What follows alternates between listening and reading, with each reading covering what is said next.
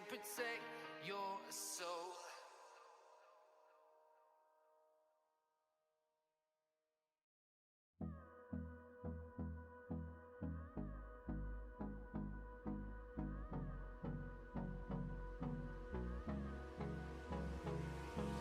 Hold me close till I get up. Time is barely on our side. I don't wanna waste what's left. The storms we chase are leading us, and love is all we'll ever trust. Yeah, no, I don't wanna waste what's left. And on we'll go, through the wastelands, through the highways, till my shadow turns to sun rays. And on we'll go, through the wastelands, through the highways, and on we'll go.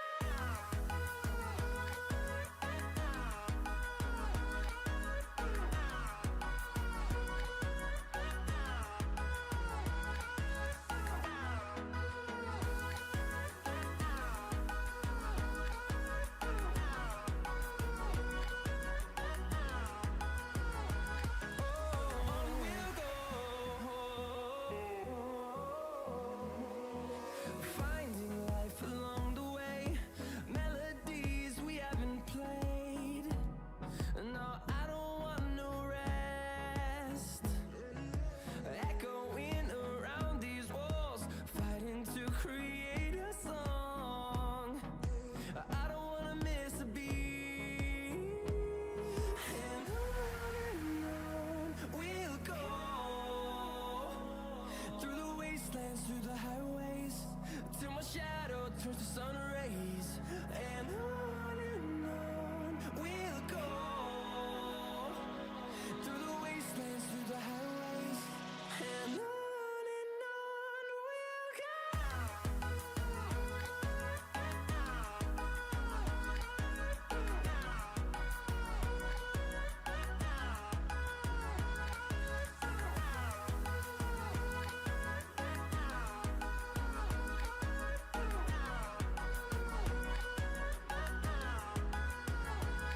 And we'll grow in number, fueled by them to see the horizon, turn us to thousands.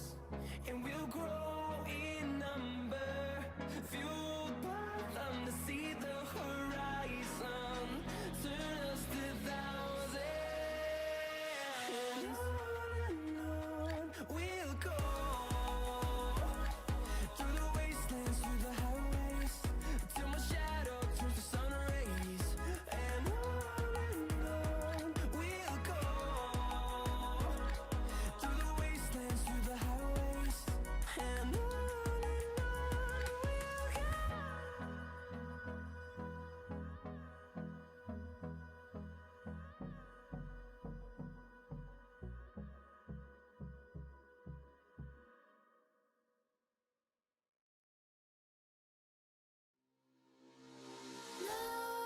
Nightmares creep while you and me repeat. This bittersweet heat is suffocating. I'm waiting and always hesitating. Kryptonite desires set my heart afire. Heart on fire. Set my heart afire.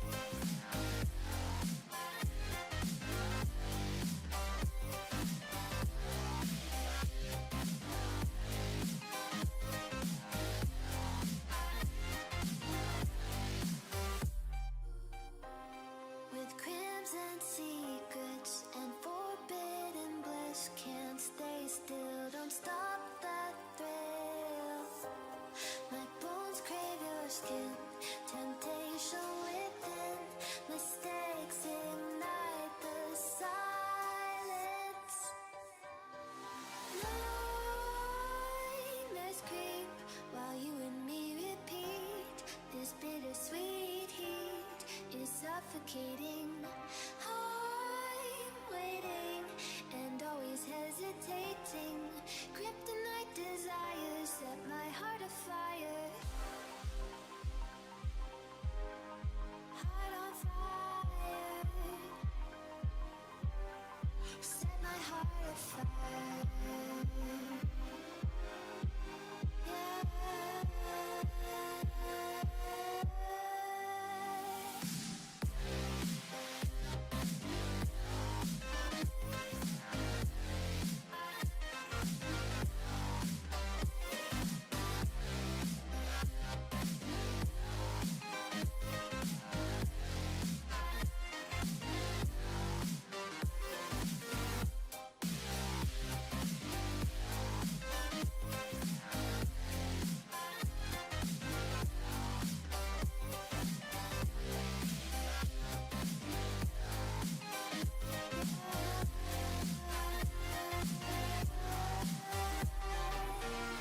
Connect the dots straight to the start of intoxicating want.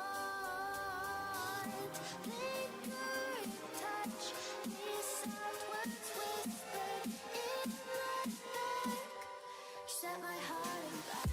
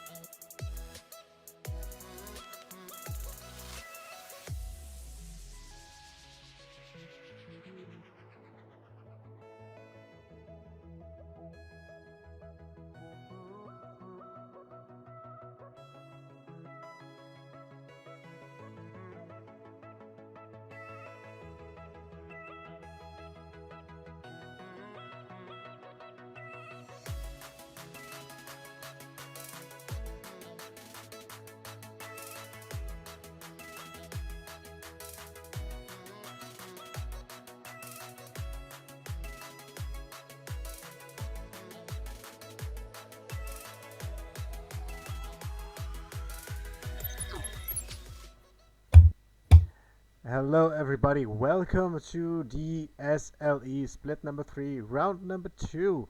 I am joined here by Sovanix. Hello. So, How? Sovanix, Yes. how are you doing, man? I am a fantastic. Thank you very much. How are you doing? Yeah, chillin', waiting for this game to be started. Reef Esports versus CCG Row. Yep. Yep. A big game here. I think we have two names that competed last split, I believe. CCG Row. Well, they weren't under CCG Row. They were just under Curtain Call Gaming. And obviously Reef coming back with a star-studded roster, taking a bunch of players from Vitagen, taking Play Today from Lotus, and yeah, they'll be butting heads. I'm very interested to see how this goes. What are you expecting from this game? Well, looking at the past match, CCG Row versus Altera Excelsior, we had CCG Row playing kind of dominant in that Yeah. game with the first pentakill of the split. Mm, on the I do Jinx. remember, yes. And interesting you say that because the last game coming out of Reef was quite dominant as well, and they were fielding substitutes during that game. So, um, I mean, you're gonna have two teams who showed strong performances in their previous games coming together and colliding. Now, do you have any particular matchup in mind as to what is good to watch here? Well, I always love to enjoy the top lane hassles that's happening, especially with Konhatsi, one of the fellow casters. Mm, And yeah, we also have Dutch in, what is he, jungle? yep, he is playing jungle. Yeah, he has also been a previous caster, so I'm Hmm. looking at those two, but also at Google Me and just Ryan. Like, Yeah, this is going uh, to be a top favorite map, at least a match, if you know what yeah, I I mean. think so. So, well, I mean, with that in mind, we can't count out the extremely strong bot lane from Reef with LMR and Flay today. Um, are they both going to be playing today?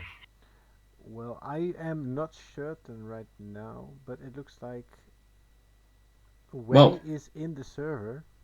okay. Potentially where we will be playing. I mean, he played in the last game and he did pretty solid on the Karma, so um, I'm expecting another strong performance from the Reef bot lane. They were the standout lane from their last game. What do you think the CCG bot lane is gonna want to do against them?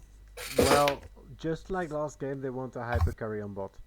Hmm. And possibly with an enchanter as well, because if you look at what they played last time, it was the Jinx Karma. So I think the It Karma was, is yeah. a really contested pick in this matchup. Yeah, Karma's super big pick, and if you look at the way Karma has been played in competitive, you can get it flexed. It's a fantastic first pick on blue side, especially if you have a mid laner and top laner that can run the Ionian lady herself. Do you what do you think of this meta so far? Like, are there any constant picks? We saw last split in the SLE. We had memes of SLE Trundle. We had memes of SLE. I think Sylvanix Azir was also part of this. What would you say are like currently so far in play-ins the standout champions in the league? um, we have the highest game presence of Nautilus.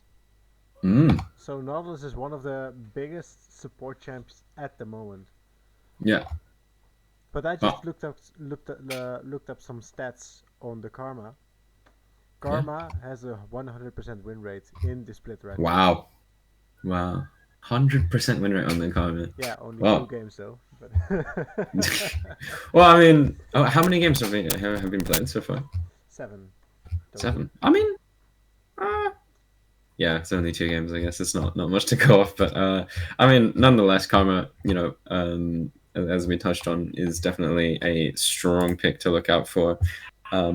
But if we take a look at some of the counters to Karma, what if we do see a Karma, what do you expect some of these teams to respond with? Ooh. Um. Yeah. Because yeah, it is a tough one to pick counters for because it is just so strong and it's so safe and it does damage as well. So Yeah. I mean, yeah. Lulu is always good. Hmm. And yeah, what is Karma's worst opponent? It is Hook Champ, Nautilus, Fresh. Yeah. Mm. Yeah. So yeah, Good point. and it also works with a hyper carry if you want.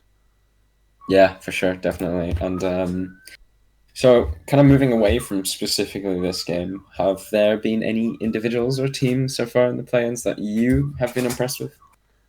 Um, I am really impressed by Reef at the moment. Yeah. But the one I'm most impressed at is Linus from Black Manta. Yeah. Has shown some fantastic games. I think actually, I mean, not just Linus, but the Black Manta roster itself. If anyone has not seen Mikis's articles, Black Manta have been rated pretty highly. I think he put them at 4 in the power rankings. This is above Runtime, who are SLE veterans at this point. So I think that speaks volumes as to how high they are being rated just based off the roster and not having seen any of their gameplay or a minimal amount of their gameplay for now. But But yeah. I have some good news for the ones who want to see Linus in action again. They will be playing today Oh, that will be on later. That is correct. against Um, Runtime. Oh, that is a spicy game. I mean, I'm sure when it gets to it, we'll have a little chat about that one and how that's going to go. But in ahead of us right now, we have this game. Now, Reef. If you're looking at Reef, what do you say is their weak point? What would you say CCG Row are going to want to do if they're going to want to break down the Titans of the SLE? Yeah, it's going to be difficult. Yep. But also one more fact. Due to Reef swapping the roster 2 hours before the game starts, they are losing 2 bans. Oh, that is pretty big. Especially, I think, I mean, more specifically at this level of play, a lot of people will have smaller champion pools, but they will also have, sort of this specialist tag towards them, and losing out bans like as you mentioned, you brought up the name Linus. I remember his Alawi against a certain Malphite, and it was just an example of a specialist champion that if you do have your full set of bans, would be good to ban out. Obviously, in the case of Reef, they will not, so unfortunately for them. But nonetheless, if you're Reef and you're put in this situation, what do you kind of do? Yeah, hope that your hypercarry can win the game. If your hypercarry can win the game, and actually, on this Reef team, they are fully stacked with superstars. Who is the hypercarry for them? Well, for Reef, Yeah. Good question, but I am going for Shipex. Wow, that's the Holy Sheep, right? I think so. Yes. Wait. Interesting. Am I correct with what I'm saying? Let me check. The Holy Sheep. No, never mind. It's not Shipex. It is indeed Holy Sheep. The Holy Sheep. All right. Yeah. Interesting. I think last time Holy Sheep played, he was a Silas into a Yone, which is a very difficult matchup, and he showed a pretty strong performance there. So yeah. So far so good from the man in the mid lane for Reef. And so far in play-ins, I feel like personally I can kind of already see not a gap, but you can see the drift between who's going to be in Division 1 and who's going to be in Division 2. Have you got any teams in mind that that are like sort of Division 2 level but can push into a Division 1 slot? If you look at the ones who lost game number 1, Yep. I think Eternal Blizzard and the remade Proxima Esports could be in Division 1. Yeah. Last time I want to see more of them. Mm-hmm. And same with Dream Team Redemption, Altera Excelsior, and Theta Draconis, of course. Yeah. I want to see more of them, but they all have won a loss at the moment. While I think from the ones with a win is going to be struggling will be possibly Altera Astaroth, Mm-hmm. or even the Primordials. Interesting. Yep. I'm actually in agreement with you. I was gonna kind of say a similar line of thought. But I mean, if we look ahead into this game, last game, No, it is not Holy Sheep. it's not the Holy Sheep. Wait, It is me and 9 losers. That is his name. I think that's him. Oh no, it's not. Oh, it's a sub. It's someone else. It's someone else. Yeah. Well, anyway, nonetheless, I mean, Reef are a good team. We all know that. But Yeah. But yeah. So, excuse me. Versus Gucci Gaming, what will they do? Versus Reef against Gidchi. Listen, Reef have a stronger team. within their organization, and we comfortably took them out. So I'm very confident against Reef. No, I'm kidding. No, I mean the thing is with our new team, and especially with a bunch of other new teams coming in, I don't really know what to expect. I think I myself, I haven't been playing too much, or not as much as I need to be in order We're to in pick keep and the. ban right now. Oh, we're in pick and ban. But yeah, no, I was saying I think yeah, it will be interesting to see how we do against Reef, and I'm excited for the game. But we are in picks and bans. Now, last game, CCG Row drafted this team comp where it literally revolved around Shipex. It was a hyper carry with a bunch of utility and facilitation around him. And it'll be interesting to see if they do something similar, because I believe the right way to go. If it ain't broke, don't fix it. Darius ban first. First is the first lost ban. Yep. From Reef. All right, I want your prediction. What is going to be the first pick on blue side? You can't ask me for a prediction because I already know. Oh. Right. I will do the prediction for the first pick on blue side. Give me a clue. We have seen him last split as well. Trundle. Yeah. Okay, we got the Trundle first pick. Right, interesting. So I believe you see what CCG have done. They've banned out Poppy. I think they banned out the Darius as a looks like they're not target ban. To me, that sadly. Yeah. And okay, so one thing I've seen on the side of Reef is that we do not have the full lineup. We have Dutch and I believe Konazi as the only registered players, I believe, and the rest are fill-ins or subs. Yep. So hey, if you're CCG, you're going to be looking at that and using that to your advantage. And as I said, we're going to have some sort of protect the ADC composition as Azeri gets locked in alongside an Ornn and Lulu.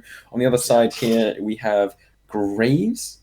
I'm guessing that's for jungle, and Jinx Blitzcrank. I personally am not too big of a fan of Graves. I think Dash is a lot better on champions that do not have to take the responsibility of the carry. I do think he's better on things like the Trundle, things like Jarvan and whatnot. So yeah, but he's locked in the Graves. I believe Graves is always a confidence pick. You pick this if you know that you're gonna pop off, especially for an R1, and they pick Jinx Blitzcrank, which is interesting because Blitzcrank does not provide too much protection for a Jinx, but it's great. It's actually, I really like Blitzcrank into things like Zeri, Ornn and Lily. You can sort of like split the Enchanter away from the carry. Yeah. Hooking the Zeri is going to be a difficult one due to move speed, but yeah. Webby is really good at predicting. That is something I already know. Yep. But his main target will be the Lulu. Main target will be the Lulu, and if you do actually hook the Lulu, it is huge. It is massive. But yeah, we see the second rotation bans coming through, which is going to be Kale Ilawi on blue side, and then the Victor on the red side. Now, interesting is to go for the Orianna R4. After banning Victor, Orianna is usually is good matchup into Victor. So, yep. But nonetheless, as you can see, CCG Row going back to what they used to win. You have this facilitating team comp plus a hyper carry in that Zeri. If anyone saw what Upset did for Fnatic over the weekend, you know what this champion could do. You know what this champion was capable of. Now, if we look at the Reef team composition, you have, I don't want to say it's bad, but it's definitely on the harder side of things to execute. Yeah, exactly. Yeah, your only frontline essentially is a Blitzcrank. Of course, Gwen has the immune system, but yeah, there's not much protection. You have two marksmen and an Orianna, and Blitzcrank's not really a tank.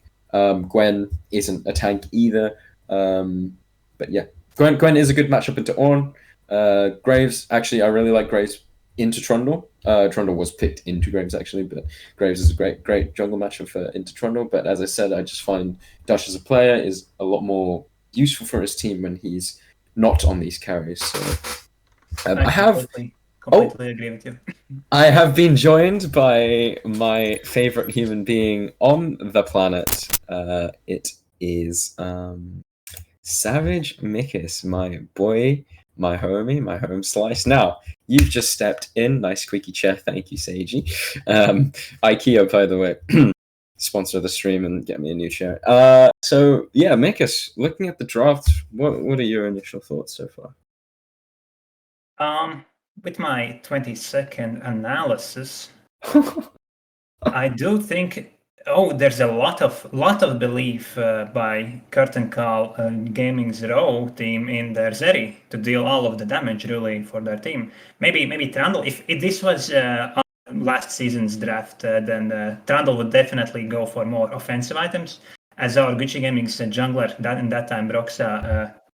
Not Broxa from Fnatic. That would be not the lowest to play in SLE. Anyways, that he would build much more offensive build, but we'll see if this team comp goes into like mid to late game and Zeri plays it perfectly. There's absolutely no way of catching her, and with all the shields and heals she would get from their double enchanters and ornaments helping out with the damage, it could be one of those Zeri moments. Other than that, Reef definitely having more ways to win, more like playmaking possibilities with Blitzcrank, with Graves being an absolute menace, farming up and being a massive carry on his own. And love to see the SLE Jinx returning, of course. Highest pick and ban percentage in the first round. Mm-hmm. Yeah, very excited for this matchup. I wish I will see Reef getting punished, not punished, but challenged in this matchup, because last week's matchup wasn't the most competitive, and we know a lot of these players, and are definitely very excited to see them perform. Yeah, I definitely in agreement with you. I think, as we said on the analyst desk before you joined, we have two teams here that show dominant performances in their first round of games. Coming in here, we've got two teams that, they're both expected to do well here, but it's going to be a much, much more highly contested matchup. And, I honestly think, looking at the two drafts, if we take the names away, I am in favor of blue side very, very heavily. I just think it's just so much easier to execute.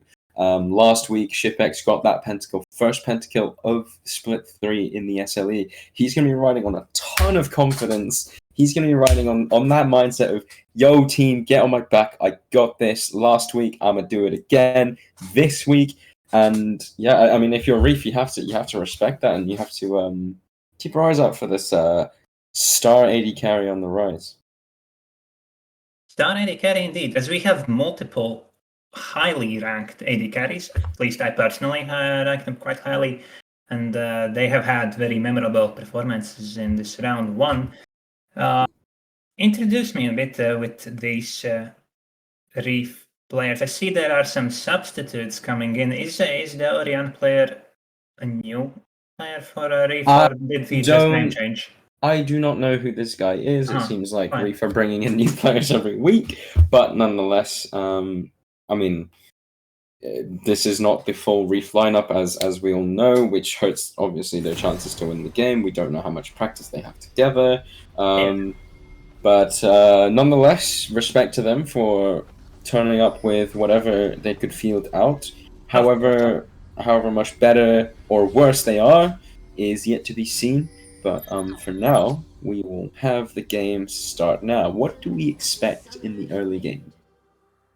I would always expect a level 1 Blitzcrank invade, but looks like CCG is already expecting it, stacking up in the bot side, but Reef Gaming is going to be invading through top side, contrary to CCG's plans.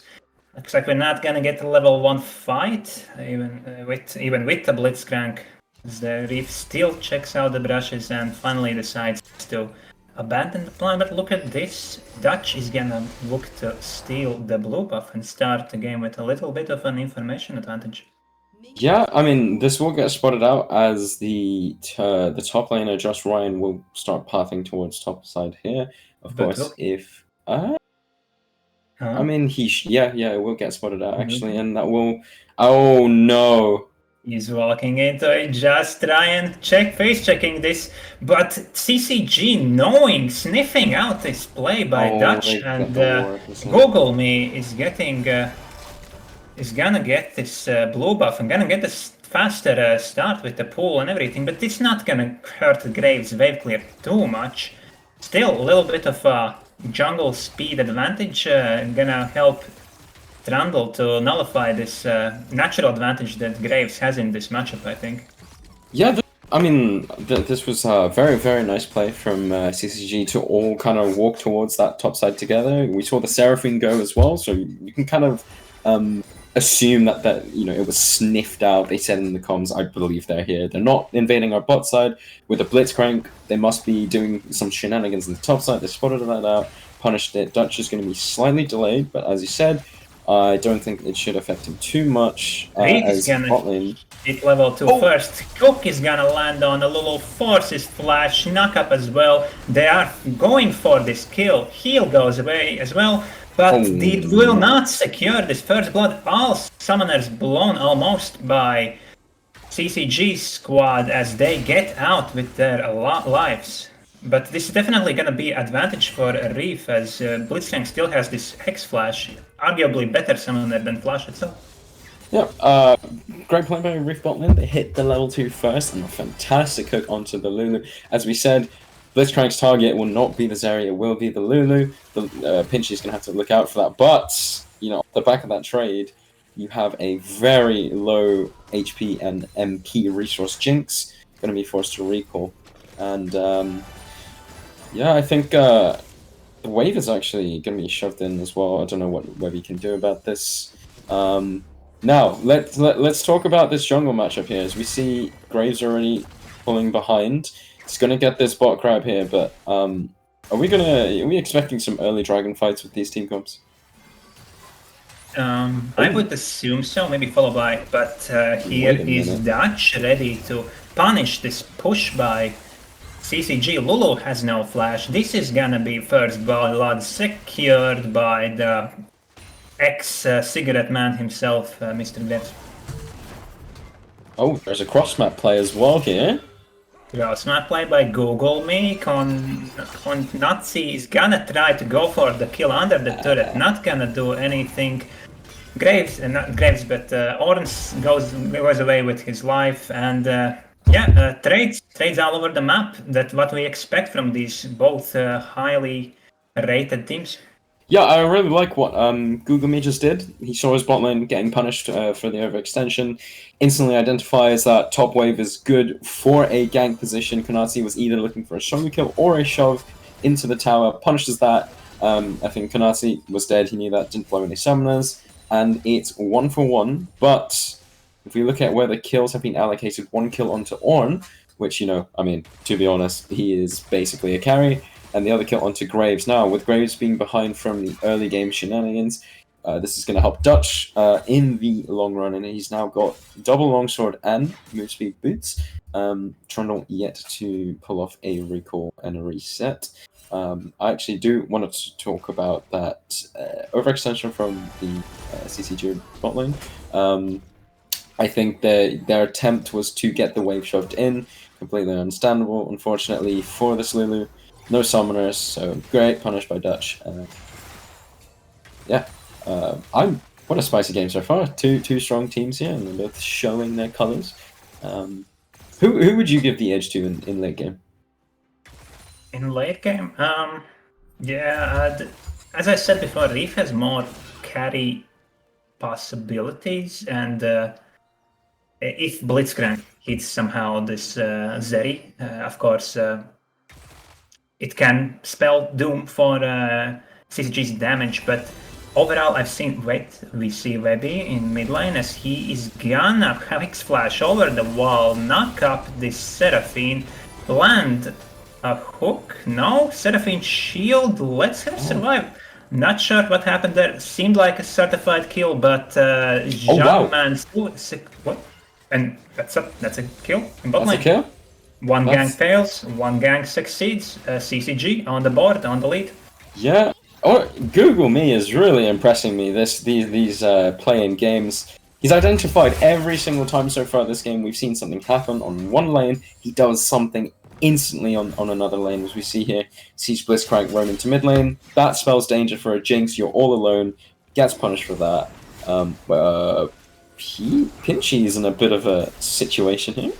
Pinchy looking to be engaged down by Reef, but no, nothing's gonna come from it. Blitzcrank decides to save Flash for this time, forces Flash from Pinchy, and he will need to play defensive again.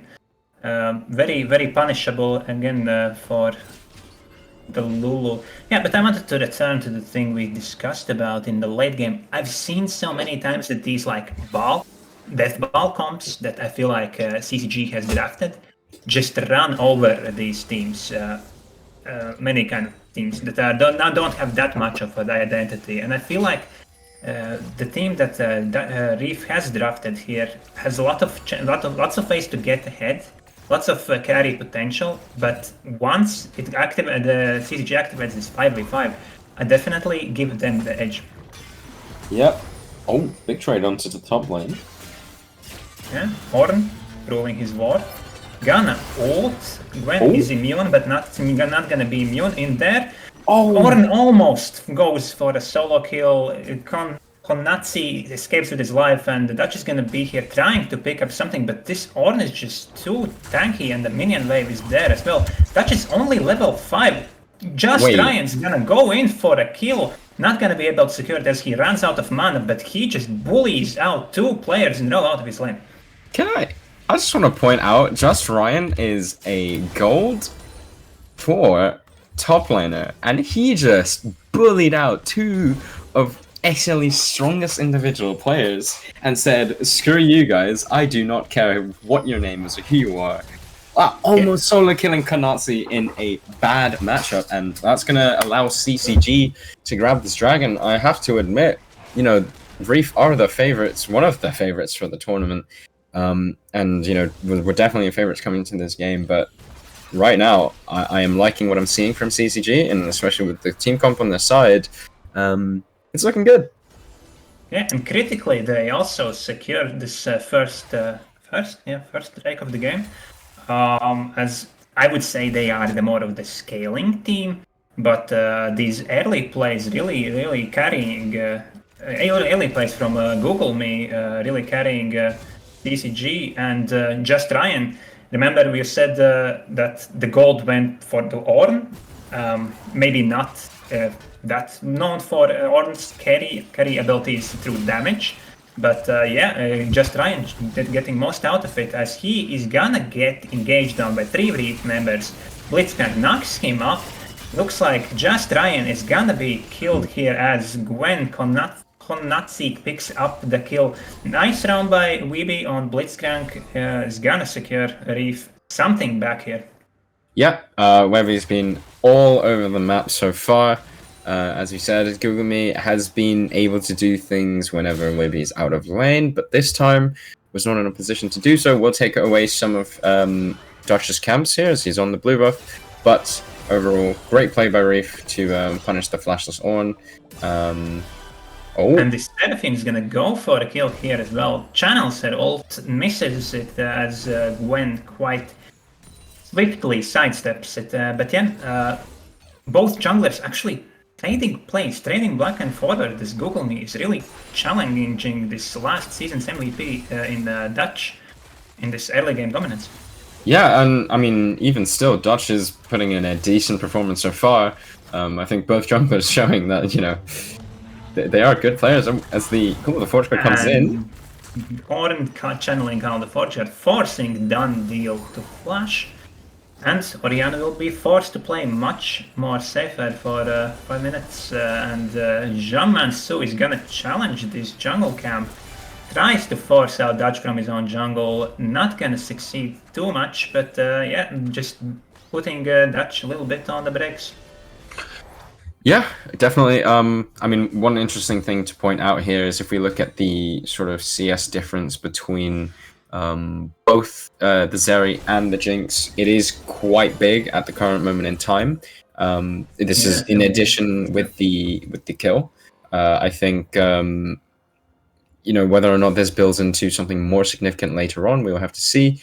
Both are great, fantastic late game champions. I think this Zeri is going to have more tools to be a hyper carry in her team comp. This Jinx is going to find it difficult. There's basically no protection for her, as Webby is going for another roam. Another one of these mid ganks, flash rocket grab, and he's not gonna hit since this Jean Su is gonna flash it and dodges it effectively. This Seraphine pick is, I would say, it's becoming a Jean Su special. I've been seeing him play it a lot in this league, in some other leagues. I'm quite surprised that it went through the whole draft. Also, just trying on Ornn.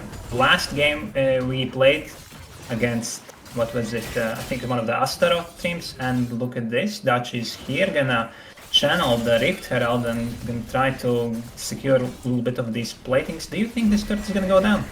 Well, I guess there's a TP, so emphasis on the defending of First Blood Tower. I think though, I do like that TP as bot lane. Zeri going for a Zeri moment, bullies out them from the lane, not gonna secure a kill, but is gonna secure even bigger farm lead and more plates, as Reef's bot lane is forced to recall. Yeah, I think this Zeri will end up getting out of control sometime soon as there's a fight on top.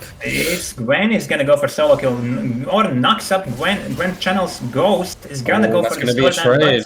Yeah, That's it's gonna be a trade kill. You're not gonna be immune out for that, Mr. Gwen. And another trade. These trades, I personally feel like he's going CCG's side. I feel like CCG outscale and is fine with trading equally, because they are kind of winning the bot side. So trades, while not going down in the bot side, is huge. Yeah, I mean, of course, kill onto Gwen is always better than a kill onto an Ornn, but as you mentioned with the CCG bot lane currently outclassing the Reef bot lane, well, I don't want to say Reef bot lane because Webby's sort of been roaming around the map, not really in the lane phase, so it's sort of expected in a situation like this when you leave a Jinx alone to, sort of 1v2 the lane phase. Lulu's not really going to roam around, so understandably so there is a bit of a lead differential in the bot lane, as this is going to be the second dragon going over to CCG. Now, if you're Reef here, yes, you're making plays, yes, Webby's forcing flashes on cooldown, but not much has been gotten off of it. Like, there's been play through the Gwen, who's probably likely going to get First Blood Tower. A lot of gold into her, but yeah, objectives, I mean, they got the Rift Herald, but objectives and gold for the CCG bot side is definitely looking healthy. Webby's caught out here, actually. Yeah, and Webby's caught out, Zeri's caught out as well, but Zeri gonna secure one kill, gonna be flashed on by Dutch. Dutch secures a kill. This Trundle is absolutely massive. Seraphine ult goes just a little bit short, and Google Me is gonna try to get out. Jinx has no ult, so they should be safe. Lulu just runs out of the zap range, and it's gonna be a trade. Or is it? Yes, it was a trade 1-for-1. Blitzcrank died at the beginning of the fight, but crucially, the Zeri died, and then Dutch picked up a shutdown. Big gold influx for Great. Are we seeing the regular season Dutch as, he's 2-0-1. He is, sort of even on farm with a Trundle, which is, I think if you're a Graves, you kind of don't want that. But nonetheless, he's picked up 2 kills. Yeah, interesting fight, 1-for-1 in the end. I think Zeri not as strong as, we see Zeri moments. Zeri's strength is.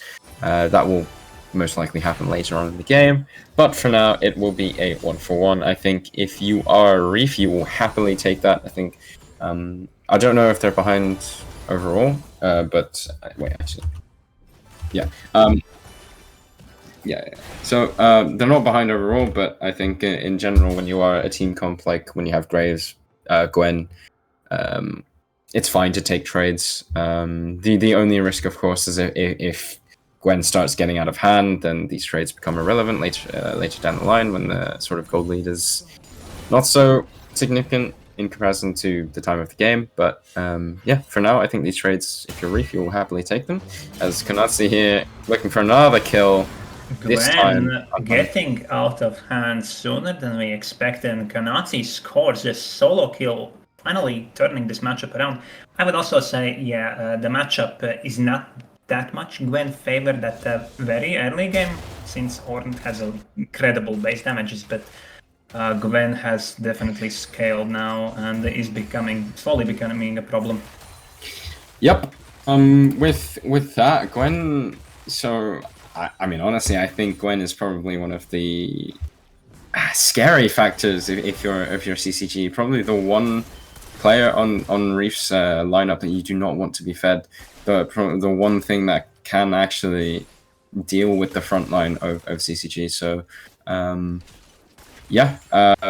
definitely good from Kanatsi to bounce back. It was looking rough as as you said, Ornn's base damage fantastic. There could be a fight here as Dutch is walking in. And the rest of the squad are here. Dutch is gonna be stuck in 1v4. He's gonna be absolutely annihilated here by 4. CCG members, CCG is making these plays back. I'm so impressed by this team. This is the best I've ever seen CCG look out of any CCG works team. Yeah, very nice. Yeah, definitely. I honestly think I'm surprised. Oh no. Getting caught, kind of get caught in herself. Dash is in Blitzcrank, and Blitzcrank just says, "Sure, man, I'm gonna hook you if you want it," and it's gonna be a shutdown for. I think Blitzcrank got the kill. Yeah, a little bit of a mistake by Zeri. Will need to eliminate those if he plans to keep up the carry performance. Little bit, not what he intended there to do, I think.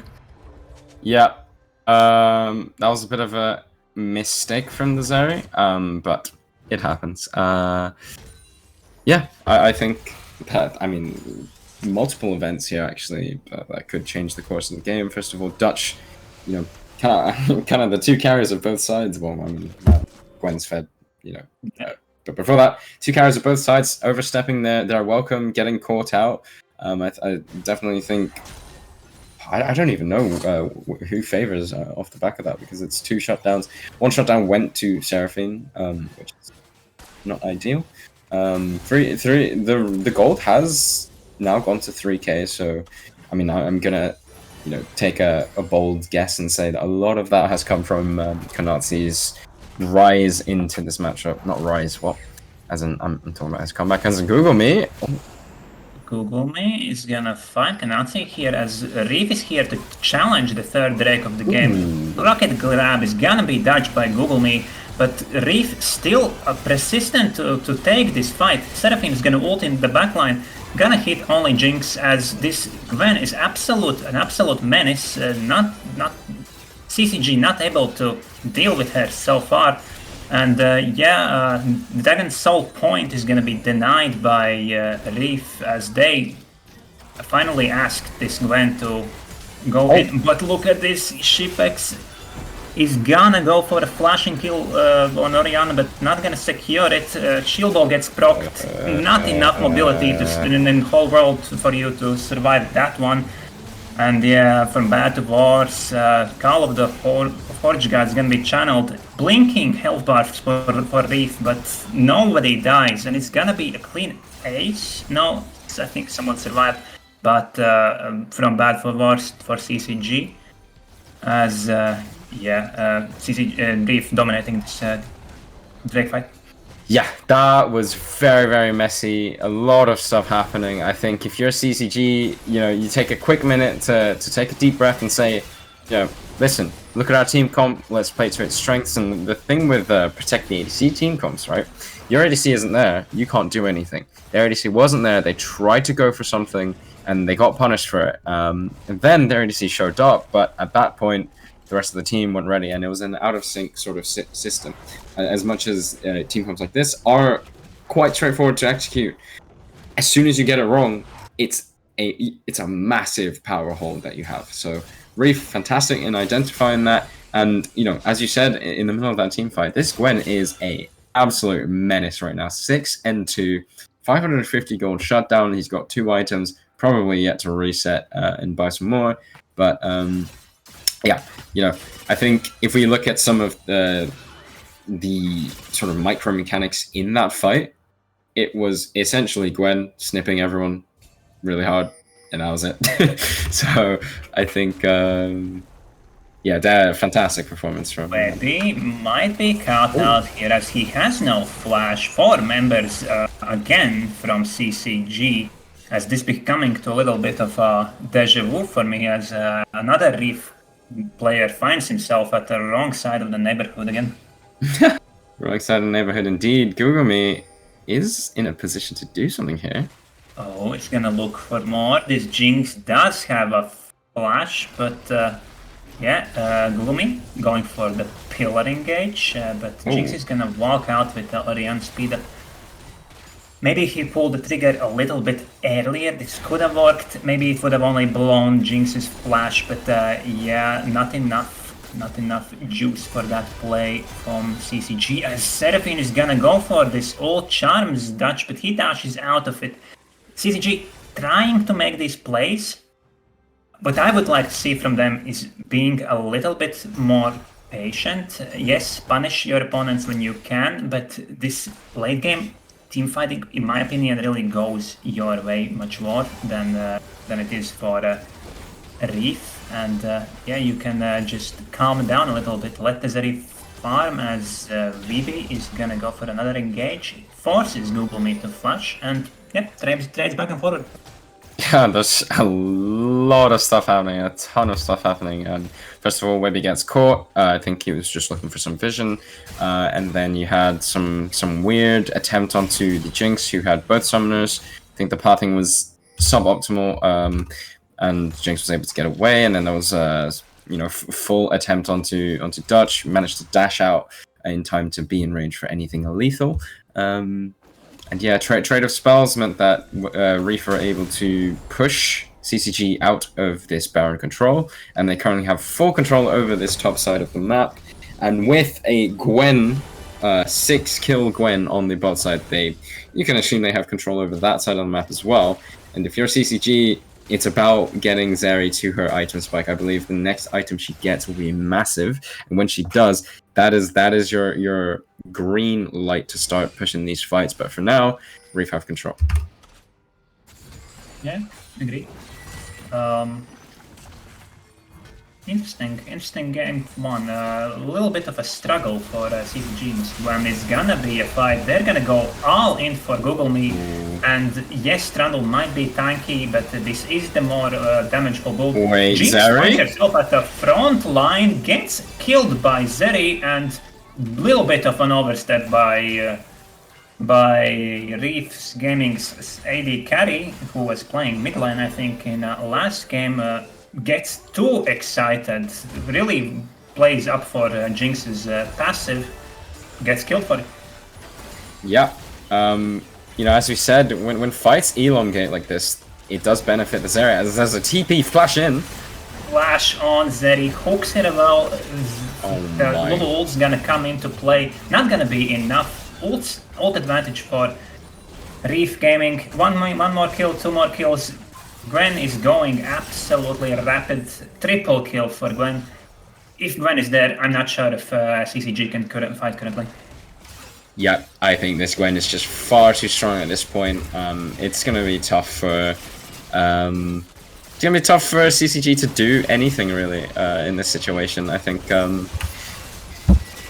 we saw the Jinx overstep, but then the thing with protecting ADC comps, it's so reliant on one player in your team, and this is a lot of weight on the shoulder of Shipex, and full respect to him for taking on the responsibility, but you get this situation where it's like, I believe he got exhausted instantly and just popped, and wasn't good enough. But Jinx is gonna find herself in a trouble, or is she? Google Me is here. Gonna put out a defensive pillar, but Seraphine ult is gonna land. Jinx finds herself yet another moment of getting caught, but remember, Jinx is not the main carry for this Reef squad. As long as this Gwen is here, I feel like they still have advantages, even 5v4. They are gonna pick this fight. Gwen is flanking. Gwen is now in the middle of the fight on the Zeri. It's gonna be a 1v3. Gwen is massive. Gwen is huge. Oriana helps out with finishing it, and yes, Gwen is absolute menace, and it's gonna be another Drake for this Reef squad.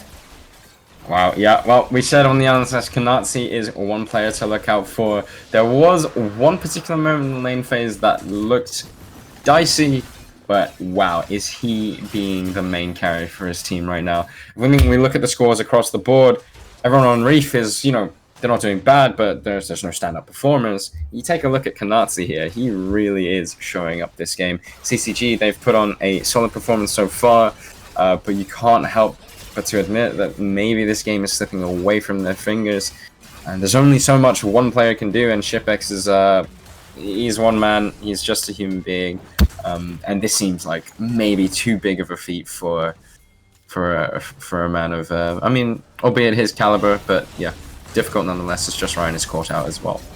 Just Ryan is gonna be tempted to kill by this Reef squad. He makes a creative flash and looks to be getting out of here. Oh no. There's no running away from this Gwen. Gwen secures another kill. Gwen is not targetable, or whatever was the word. Gwen is huge. Gwen has a 700 gold shutdown, 12 kills, star performance, and statement performance by Kanatsi as he has arrived to SLE. Yeah, big statement. I think there were a few question marks about Kanatsi in Reef. He was the unknown alongside as I said, this isn't their full lineup, but their top and mid were players that did not compete last split, and they were coming in. Not much information about them. Well, Rookies. Rookies. There you go. Well, you have your information now. This guy is clearly a bit of a monstrosity, and yeah, really showing up. Great performance from him. 12, 2 and 2. I think ever since that solo kill that he got onto Just Ryan, he hasn't looked like he's taken his foot off the pedal.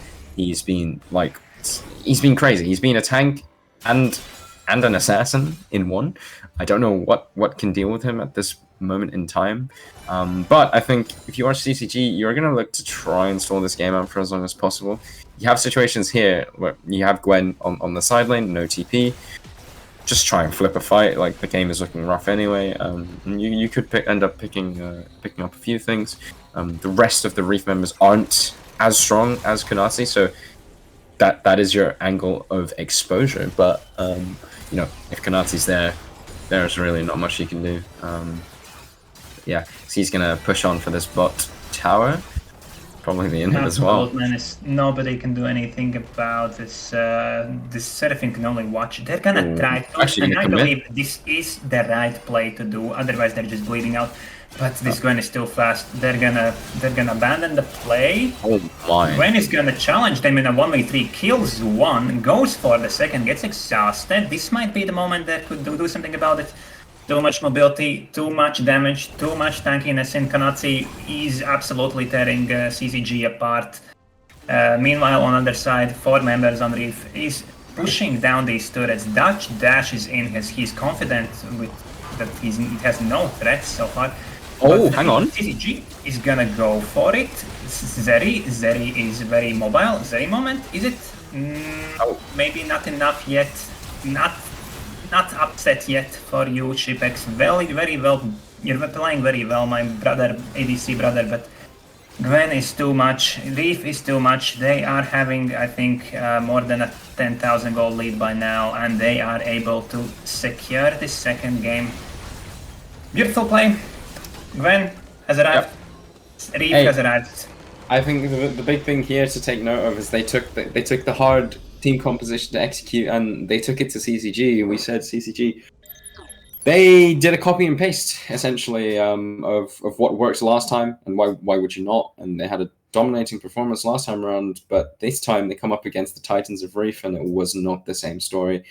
I mean, especially to note, Reef is not even their full strength. This is not their main lineup. This is not their registered team, and they're putting in performances like this. I mean, one thing to note is, I said at the start, I personally don't like Dutch on champions that are carries. Well, has he proven me wrong here? Because he picked up the Graves, had a rough start in the early game, and then bounced back and performed really well. But obviously, the man in the spotlight is Kanatsi himself. 31k damage on the Gwen, 8 KDA. What a performance from this absolute monstrosity. Yeah, great performance by Reef. It was quite close at the beginning. CCG positively surprised me, surely, but as we see in this post-game lobby, look at the damage by Gwen. Monster performance, and exactly what we talked about in the other side as well, as Zeri is the only real damage source, a second being Warden himself. Always surprises me how much damage Warden is capable to dish out. But yeah, we will have an interview with Dutch, the regular season Dutch himself, and the MVP. I would, for me, the MVP of this game 2, opening game of round 2, Konatsi. Hello. Hello, people. Welcome. Congratulations. Hello. Congratulations on the win now, Mr. Konatsi and Mr. Dutch. I first want to ask, there was this one situation in the top lane where you both almost got solo killed consecutively by this Ornn. What was it, in your guys' opinion, that sort of turned the wheels and put you guys in a position to stomp this game? I choose to forget that those events. No, I'm joking. I mean, it's just Ornn damage. I misplayed, and then Dutch was trying to hold the wave for me because I told him to hold the wave because I'm TPing back, and he almost got one-shotted as well, which was interesting. I was fine. All calculated. The things I do for my team, huh, Dutch? Yeah. Well, it was a great performance, and I said on the stream that these are two teams coming in from the first round of play-ins that both dominated their opponents. What did you think of CCG coming into this game? I mean, essentially looking at the players, they were like one of the better rosters, right? And we had like some ADC out of field. We had a mid lane emergency substitute, so we were like, oh no, this is gonna be a disaster with how much we have to shuffle around. Yep. But in the end, we just look at our own strengths. We said we play through top side, jungle top, and then we know we're like we're like better than them in those positions. Yep. Try to win the game from that side. Yeah, we try to respect their bot lane and then play it through our rank differences, basically. Yeah. And of course, actually, sort of more topical question with what happened. You briefly mentioned that you had to do some last-minute replacements. This is not the first time we've seen it in the SLE, where there are some last-minute roster swaps and a team loses bans. What are your like mindsets as soon as you're told we're going to lose some bans and we're going to be playing with players that we don't usually play with? I mean, we shifted pretty quickly on it. We had a big fight before we joined the voice call on who's going where. Oh, okay. But I mean, not a big fight. It was just discussion, and we figured out that the best call would be to just basically play like almost as our main role, everybody, and then we just put our fills where they can play. And it was just unlucky because our mid laner said he can't show up like 1 hour before due to his personal reasons. Okay. Well, at least you're getting good experience playing with a bunch of people, right? So. Yeah, I mean, they're part of our community, so we know how to play with them, I guess. Yeah, definitely. Mikus, have you got any questions for our winners here? Yeah, Konatsi, can we expect you to step up in these high-pressure moments when your team is struggling with roster, when you're in playoffs, moments like that? Can you say that you're a clutch player? Can we see more of this, Gwen, in playoffs where some of the members have struggled? I wouldn't say I'm a clutch player. I would say I'm an all-around player. I can play weak side. I can play strong side. And people fall into the trap that I'm only a weak side player. So most people know me as that. And that's where we hit them with the Gwen, with anything really like Darius, Kill, Ilawi. I'm putting up my picks there if you want to ban them. And we show them that I'm not only an AWR player. I can play strong side and dominate the lane. You definitely proved that here. And Dutch, is this the return of regular season Dutch, or is this just a C split 3 Dutch? This is the new Dutch. That's not going to turn playoffs, So we're going to keep this line steady and true. I surely do hope so. Does Dutch join us for this next game? I do indeed. Well, Exciting. well, for those of you who missed, it was announced earlier that there are 2 games today. It is Black Manta against Runtime coming up next. Thank you guys for the interview. Congratulations. I believe we'll be going to a quick break, small break before Dutch and Dreadpool takes over the analyst desk for the following game. Thanks for joining, Kanati. Yeah. Thanks for Thank you joining, very guys. much. Bye, guys.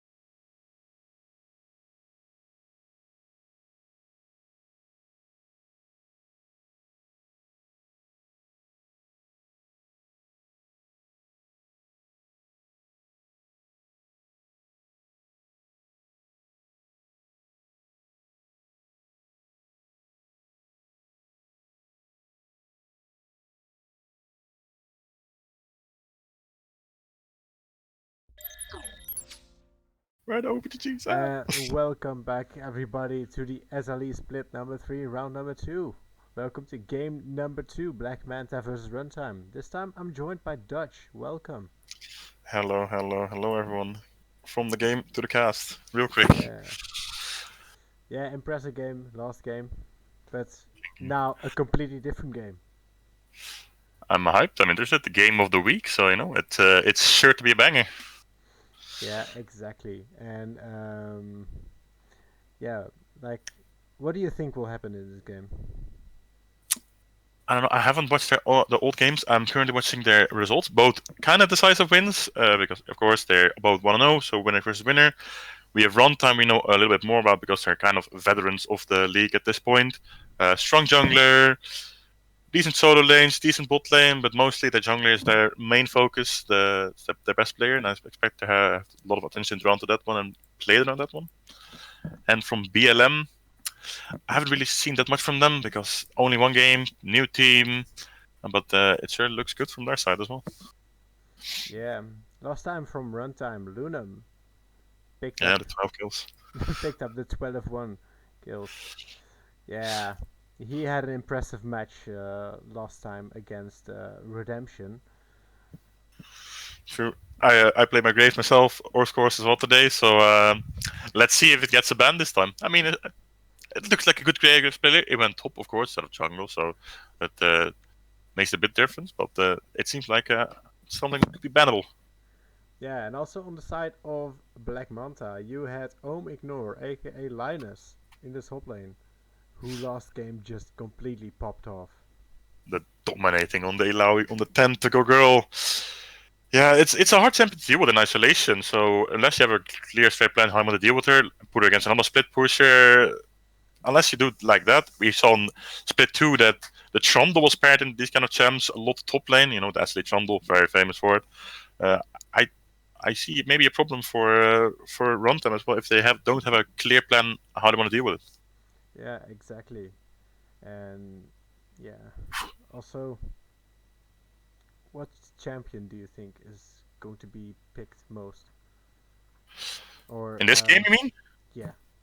What champion will they prio pick? Prio pick. If you look at the meta, of course, SLE has their own meta, but if you look at meta, so like Diana is strong. The Talia has a lot of prio as well. Maybe the Zillion, also a very good pick. The Ari, still high prio. Draven. Now, it's really depending on what these kinds of teams, because of course it's not pro play because pro play have their own meta, but it really depends on what these teams prio for themselves, what they value. So it's gonna be fun to see how they draft, because drafting in this kind of games is always a surprise. Yeah, exactly. And do you think Vector will be banned again? Vex? Victor. Oh, Victor. My bad. I understood you. Victor. Yeah, super safe mid lane. You can blind it. It's been banned in both of their games actually. I see. It could be, yeah. It's a strong champion. Like I said, you can just blind pick it if you're blue side. It has some prio, so maybe we see the second rotation ban on the Victor. I don't expect to be banned first rotation, but I do maybe see it second rotation. Well, let me tell you, 5 out of 8 games Victor has been banned. He has never been picked. Oh wow, that's a high statistic. It's insane. Like, he has 62.5% ban rate over all games. Man, SLE has his own things, right? his own meta. I mean, yeah, true. A good Victor is absolutely annoying to deal with. A lot of range, burst damage, wave clear. He can do it all. So, but maybe we see the first Victor picked up here instead of banned. Yeah, I wish. Wish you're a big Victor fanboy. But guess who has the most game presence at the moment? Trundle. No. Not even, wow. No, Trundle is at 50%. 4 out of 8 games. Maybe you're Zeri then? No, Zeri is even lower. I mean, Zeri's OP, right? So, It is the Jinx. With Jinx, wow, 6 Jinx. out of 8 games. Stuck in last split, I guess. Yeah, Jinx is top notch at the moment. Well, Jinx also a very nice champion. I mean, last game we saw Jinx with Blitzcrank, not really a normal pregnancy because somebody want to play around your Jinx instead of away from your Jinx with Blitzcrank. But maybe a strong Jinx lane, Jinx Lulu, something like that. You could see that maybe as well. Play hard for a bot lane, try to win like that. I can see it. Yeah. Jinx. Or Victor. One of them we will see. I hope. You hope you wanna get the percentages up, my man. As yeah, I wonder. I wonder. It's just bringing me back to last split. Trundle Volibear. Only Trundle Volibear. Every day, all day. I loved it. You do. I mean, I don't know where we are with the draft. Do we do draft or do the casters do draft? By the way, I can't remember. Casters take draft. Casters take draft. Okay. We are currently waiting for a couple players left to sell. So you watched both games in the first round play, and which of these two teams seemed more impressive, more on their game in their game? Well, Black Manta was just absolutely dominating that game, especially with Ilawi on the top lane. But Runtime was kind of impressive as well, to be honest. Okay, So, okay, yeah, we have to see. I mean, Runtime, of course, plays together a long time. SLE veterans, the only team to ever knock out a Div 1 team as a Div 2 team. So maybe they're not that bad into the underdog position.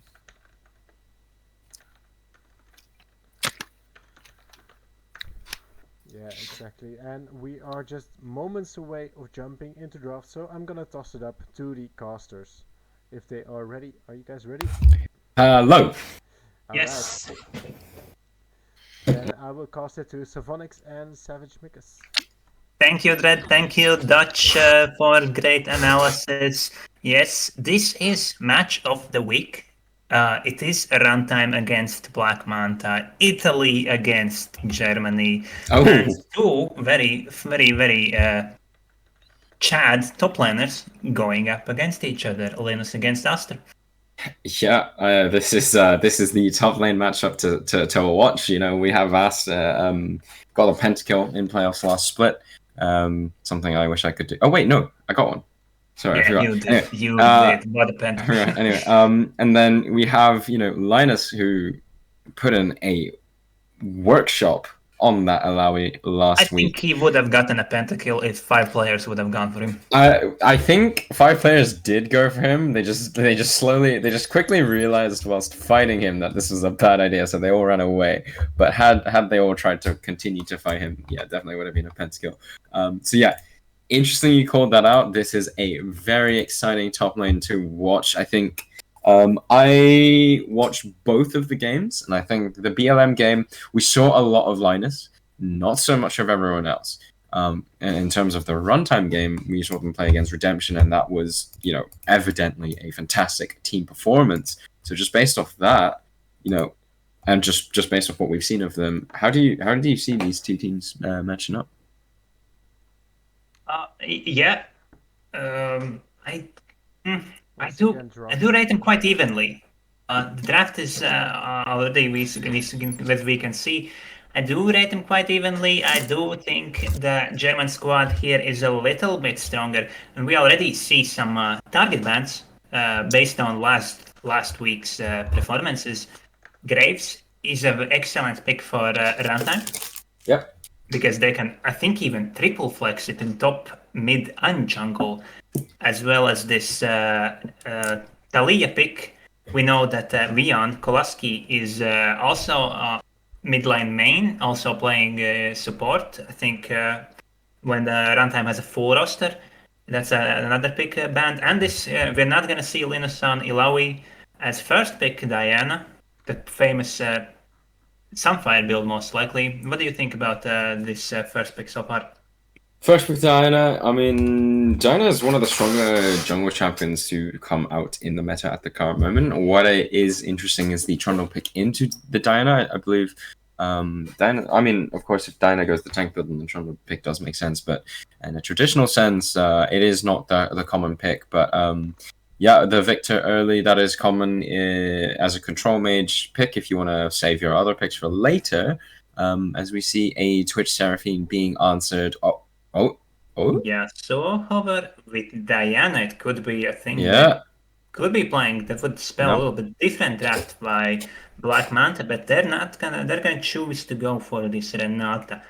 Oh, and excellent. I love this. I love Brown pick into this Twitch and Renata. Absolute hard counter. I feel like if Brown places his shield correctly, he can nullify this combo completely. Yep, I think Braum here is such a fantastic pick, even against the Diana, to be honest. And it's like, I feel like see, this is what you get when you are a established team with a lot of playing history together, and you know what you're doing. You know that Braum pick looks like it was an instant like reaction to what BLM were picking, and the fact that they could execute that pick in the middle of a drafting phase. Props to Runtime for doing that. You know, they say, look at that, this Braum is perfect here. It literally nullifies not 100% of the damage currently. I'm exaggerating, but so yeah, they go for the Braum pick, and it's an R4 Samira.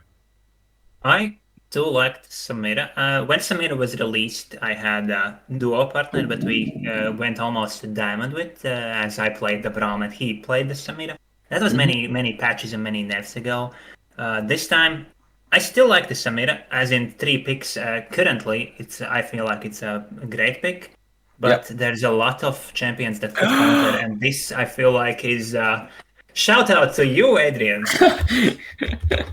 Okay, well, I love that. I actually think so. Going back to this Braum pick, I saw a hover between Veigar and Azir, and Veigar into Braum is not great. And so I'm so happy that they locked in the Azir here. Azir's fantastic, such a good pick. There's not a champion on the red side currently, like even Aatrox, that Azir does not do well into. And I even really like the set. I mean, personally, so you talk about the Samira. I'm not too big of a fan of the Samira here. I think they could have gone for something a bit heavier damage, a bit more reliability. I think Samira is one of those champions where it's like it relies a lot on player skill and execution of the champion within the game. In this case, it's gonna be tough. You have a lot of CC to interrupt your ult. I think like Diana ult set can just ult you away, Azir can push you away. But timing of your W is important here. So Stap will be one to look out for in these team fights to see if he can play this well. I think had they gone for something a bit more standard, possibly especially for ADC pick, maybe like I don't know, Caitlyn, Jinx, whatever, just a regular ADC pick, I would be a bit more. I would definitely lean towards the Runtime draft here, but because of that and the Azir and set picks, set into the Trundle is really good for the reason of Trundle ults the tankiest person on the team. Set increases ult damage because if you ult a tanky person into the enemy team, that increases the damage dealt. So, but I think if you look at the set Aatrox matchup, well, actually I don't know too much about that matchup, but yeah, nonetheless, I like both drafts. I think if it wasn't for the Samira, as I said, I would lean towards Runtime, but for now, I'm sort of split in the middle, probably leaning towards the draft with an Azir for very obvious reasons. But who would you say has got the draft? I will agree with you. Black Manta seems to have a little, maybe even stolen this draft with this Azir pick, as I do have grown to love a good Azir playing with you every now and then. But yeah, that Brown pick, excellent. Maybe Trundle doesn't really have anything to ult that much in this opposing team. Then again, Diana these days is a tank, so who knows? I was expecting something a little bit more creative from Asta in this top line to counter the set, as I have grown to see him pick some very unorthodox champions. But Aatrox is also an exciting champion. We're gonna see some blood in this top lane. Other than that, yep, Samira pick. Yep. I really look forward to it. How is it gonna perform? Will it run cleanse to cleanse the exhaust, which most likely at least one of the some botliners for Black Mount is gonna run. Also, Stap, a very exciting rookie coming in SLE. Not only coming in, starting to play in SLE, but also I think I don't want to jinx it, of course, but he might be going pro in Valorant, as I've heard, as he is like a high tier challenger player there. So yeah, exciting. This match of the really week really speaks up for itself, and enough about the draft. But to finish the draft, equal skill, like we talked in the analyst desk. Equal skill. Which draft wins? Equal skill. Yes. I'll be honest. Putting 5 bots against each other. 5 bots. I am gonna have to go with the red side draft. I just think this Braum nullifies a lot of. Actually, I don't even know. Yeah, no, I will go with red side. The Braum just nullifies a lot of what Twitch and Renato want to do. Of course, you know, I sit here. I really do wish the Samira was a different pick. You know, as you said, it is exciting to see how the Samira is going to be executed. But you know, just based off what I know of Samira, especially at this level of gameplay, it is tough to play. Yeah, I mean, nonetheless, I'm excited to see how this goes. I believe the late game team fights will be really interesting to watch. I don't think there's. You see that SKT Azir looking back angrily? I think he was smiling before he said that his team has a worse draft. Oh my god. You never expected you to trade the bird, betray the bird, but you're not playing it, so famous Pentakill Azir is gonna need to wait for the regular season of the SLE, where I hope you're gonna get it at least once to see, to show the world the beauty. But we will see Azir in this game as Kivishi is gonna pilot it, and we will see how Black Manta looks on famous SLE champion. Yeah. So, by the way, if BLM win, that guy is coming in for an interview, no matter what, no questions asked. But interesting is this guy? Is this Linus? This is Linus, right? Yeah, that's Linus in top lane. Oh, okay, sorry, just getting confused. No, as we said, the hype matchup is Asta against Linus here. Now we have Aatrox against Set. Now these aren't two super hypey champions, but they're not boring champions either. It's not an Ornn Sion, it's not an Ornn Maokai or whatever. Well, I mean, who do you think is gonna? I see a solo kill happening in this lane. What about you? There's gonna be a solo kill. There's gonna be a solo. Now who's gonna come out on top? For me, I want to be loyal to my boy Asta, but that Ilaoi still gives me tentacle nightmares or dream. Never mind. Yeah, I'm leaning a little bit towards this set with Linus, but I'm not sure. It really depends on matchup. Me as a bot liner, I don't follow what's happening in top that much. Not an expert on that matchup, but I'm really impressed by Linus so far, and gonna be exciting to see him matching up against someone who is not a field top, but established name in SLE. Yeah, and staying on that sort of note, Linus put in a terrifying performance on Malawi. But also last week, Lunam. Oh wait, look Ripper? at this. No. So actually, that's fantastic positioning for a 5-point cover. A lot of people sit in the bush. When you sit in the bush, you don't actually get vision of when people are walking into the river. But if you stand just on the edge of that river area, you can see people enter. So great positioning there from Ripper on the 5-point. But I was saying Lunam last week.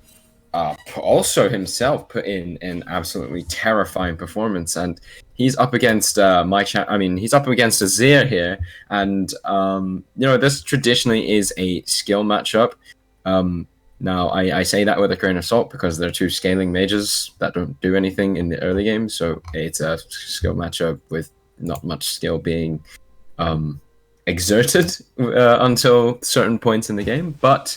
I'm excited for Lunam. He is someone who I have kept my eyes on. I'm actually interested to play him because I think he is going to be one of the stronger players from the mid lane position, in my opinion, so far. So, yeah.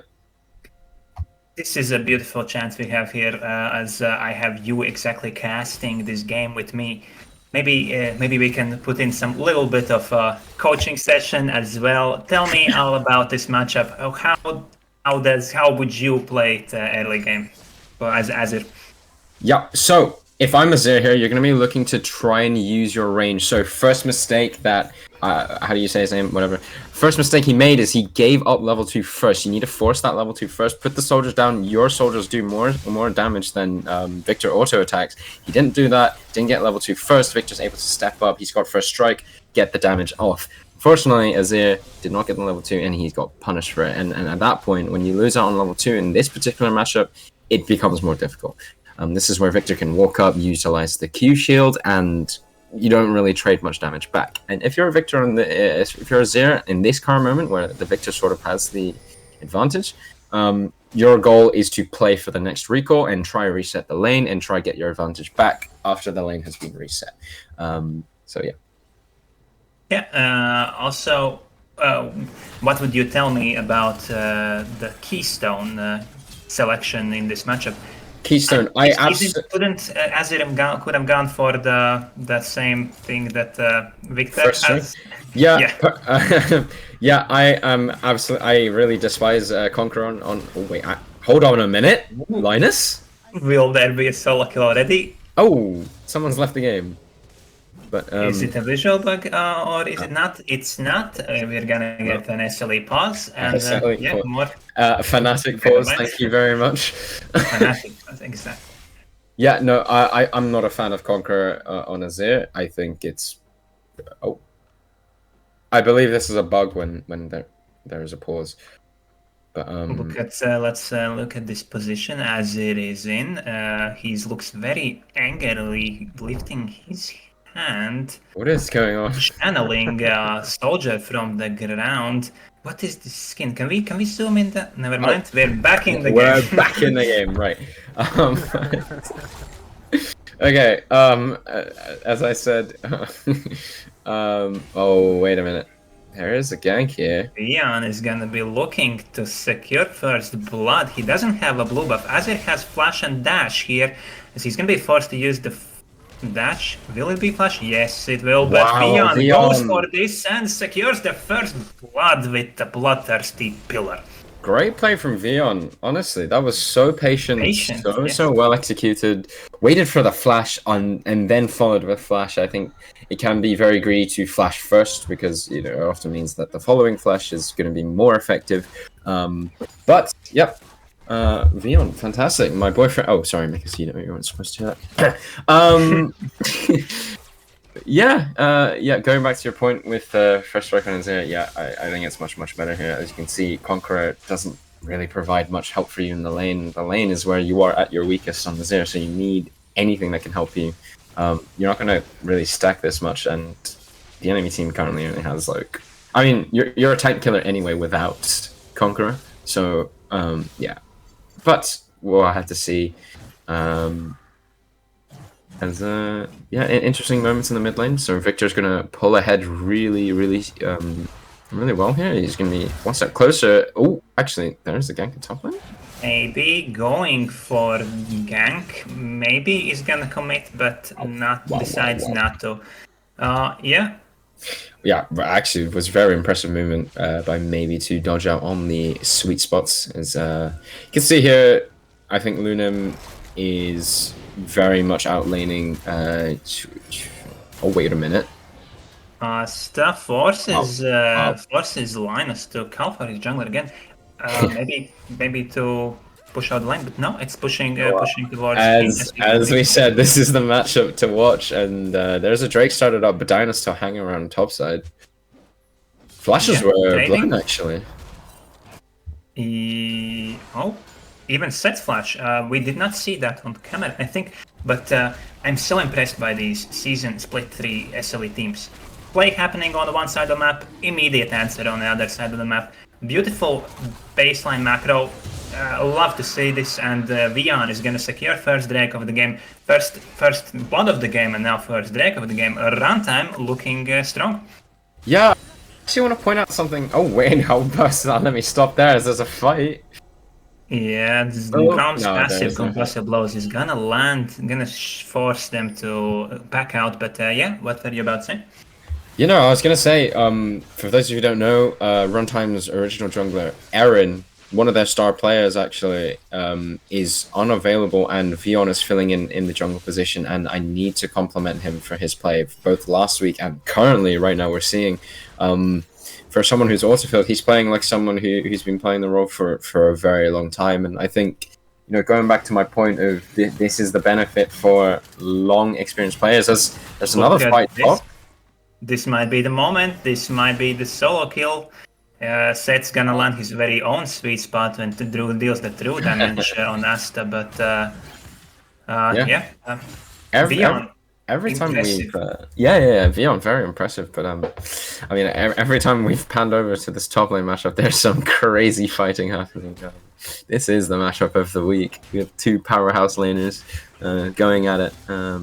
Yeah, back to Vion. I think we've seen many times people having to shift around positions, and I think this is one of the strongest I've seen a player have to autofill a role and play in a competitive game, or games, should I say, as more fighting in top lane.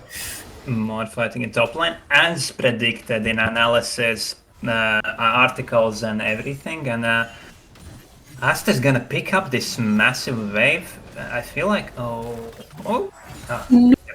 Linus finishes channeling his recall, and Asta picking up this wave and finishing this top first 8 minutes of the game equally, dead equal. Yeah, dead equal.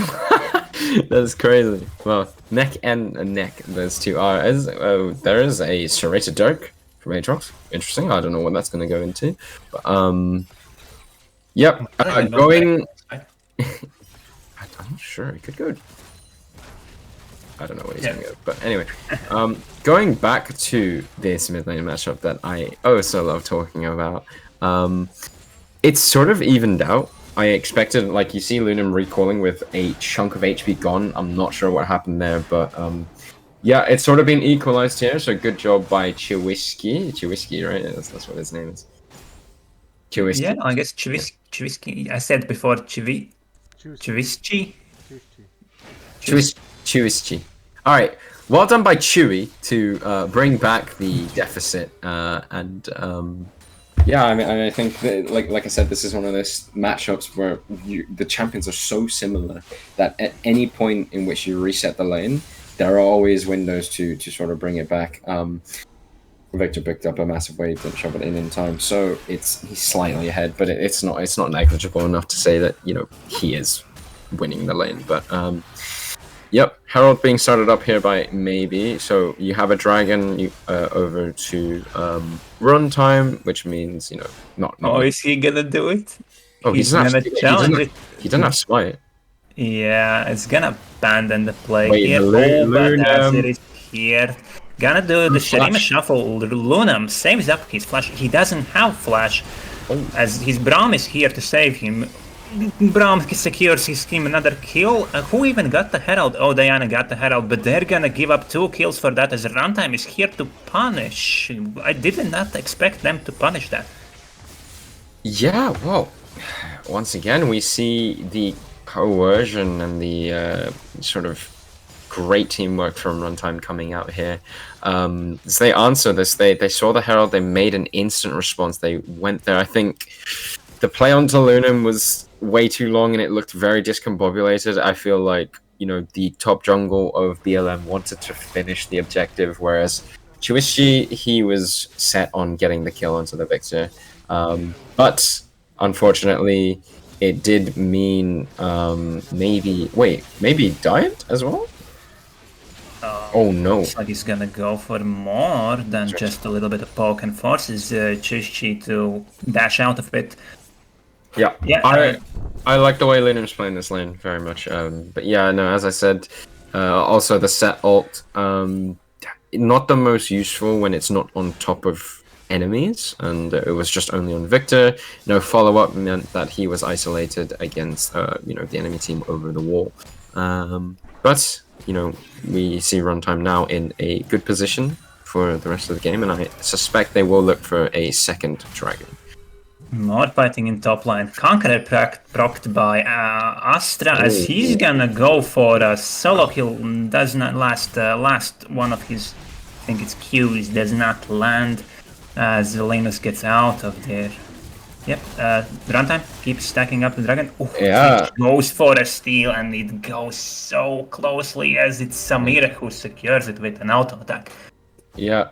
I don't know. Astra giving Linus a bit of a reality check, saying, "Welcome to the SLE. Now you're playing against the big dogs." As he almost grabs a solo kill, you can see this matchup is now pulling towards Astra's favor. But if you, I mean, but if you look on the other side of the map, onto the bot lane, which we haven't really been looking at too much this game, you have one hyper carry against one sort of oh wait, hang on. It's gonna be the Rift Herald summoned here, and yeah, looks like Runtime is abandoning this play, letting the first blood turret go down as there was no HP left on Braum to contest this. But yeah, Black Manta, of course, answering this, fighting back as we expect them to do. This very, very well-established, experienced German team as Lunam looks like he went for a solo kill, shows a BM emote. Wow. He's dominating this mid lane matchup. Lunam keeps impressing me with his mid lane play. Yeah, he has. I mean, he's playing really, really well. I'm even tempted to say he's one of the strongest mid laners coming into the SLE. So yeah, Runtime looking solid. Their laners are looking strong. Very strong. Yeah, I think if you're BLM here, in regards to the game, you're gonna want to slow it down. Tell yourself, Twitch Azir outscales Victor Samira. Just take a chill pill, slow it down. You are behind right now. You see your entire top side, both one death each. But you have a Twitch here who is holding well against an aggressive ADC. Samira Braum, you know, they can cause havoc in bot lanes. They can get 2v2 kills, but Twitch Renata has held out, and they do outscale. So that is your sort of mindset / win condition. As we see here, Braum trying to hold up the wave for his top laner. I'm gonna be forced to abandon that plan, but look at this. Twitch is forced to, not Twitch, Renata forced to, but look at this. Yeah, this is what I talked about. Twitch, both of them using their ults, both of them going into Braum's shield as Black Manta's tools are completely negated. Still, some ults traded back and forward. They don't lose any members, but this is just a little bit of a preview what we talked about at draft analysis time. And Lunam solo kills Linus. Welcome to SLE indeed. Runtime engaging on these flashless members of Black Manta. Stab goes for a hero play, gets his shield bow procced, doesn't kill anyone, and Asta flash last Qs. Twitch is here. Elrat here, and Azir very late to the party.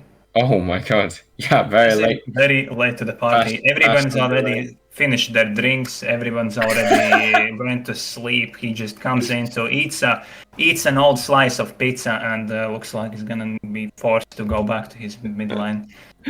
Oh my god. Okay, what a sentence. Yeah, Azir, yeah, as you said, late to the party. But understandably so, I guess. If you are looking at this from BLM, they did overstay.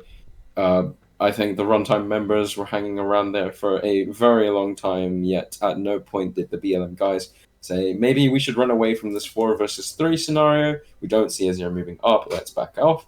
They overstay, and they get slightly punished for that. And on top of that, you get Set getting solo killed on the bot side. And as you said, welcome to the SLE. Showed up big time last game, but now you're up against much heavier hitters. And maybe, possibly, Linus getting a bit of a reality check here. But we'll see if he can... Oh, wait a minute. Azir's getting kills off camera? What happened? Azir found I don't even know what would be the party reference for It now. seems Party like is this, the old slice of pizza had the juiciest, tenderest pepperoni slice you can imagine as he picks up the kill. Samira. Yeah, Azir just in time, as this Samir didn't have flash, didn't have exhaust left after that hero play he went for, and it's gonna be first. Welcome Attack. back to the SLE Linus. Oh, never mind. This pause running so good for Black Manta. As after the pause, they come in hot, secure 3 kills for one couple. I think it was it was one shutdown as well. They're right back at it. Gold is even. Yep. Well, just like that, the game is back in kilter, and it's almost as if like first you see BLM overstaying, Runtime then starts overstaying themselves. So I didn't see what happened with Stat, but yes, late to the party, but at the party nonetheless. As Chirishi picks himself up a few kills for his team, and gold is evened out.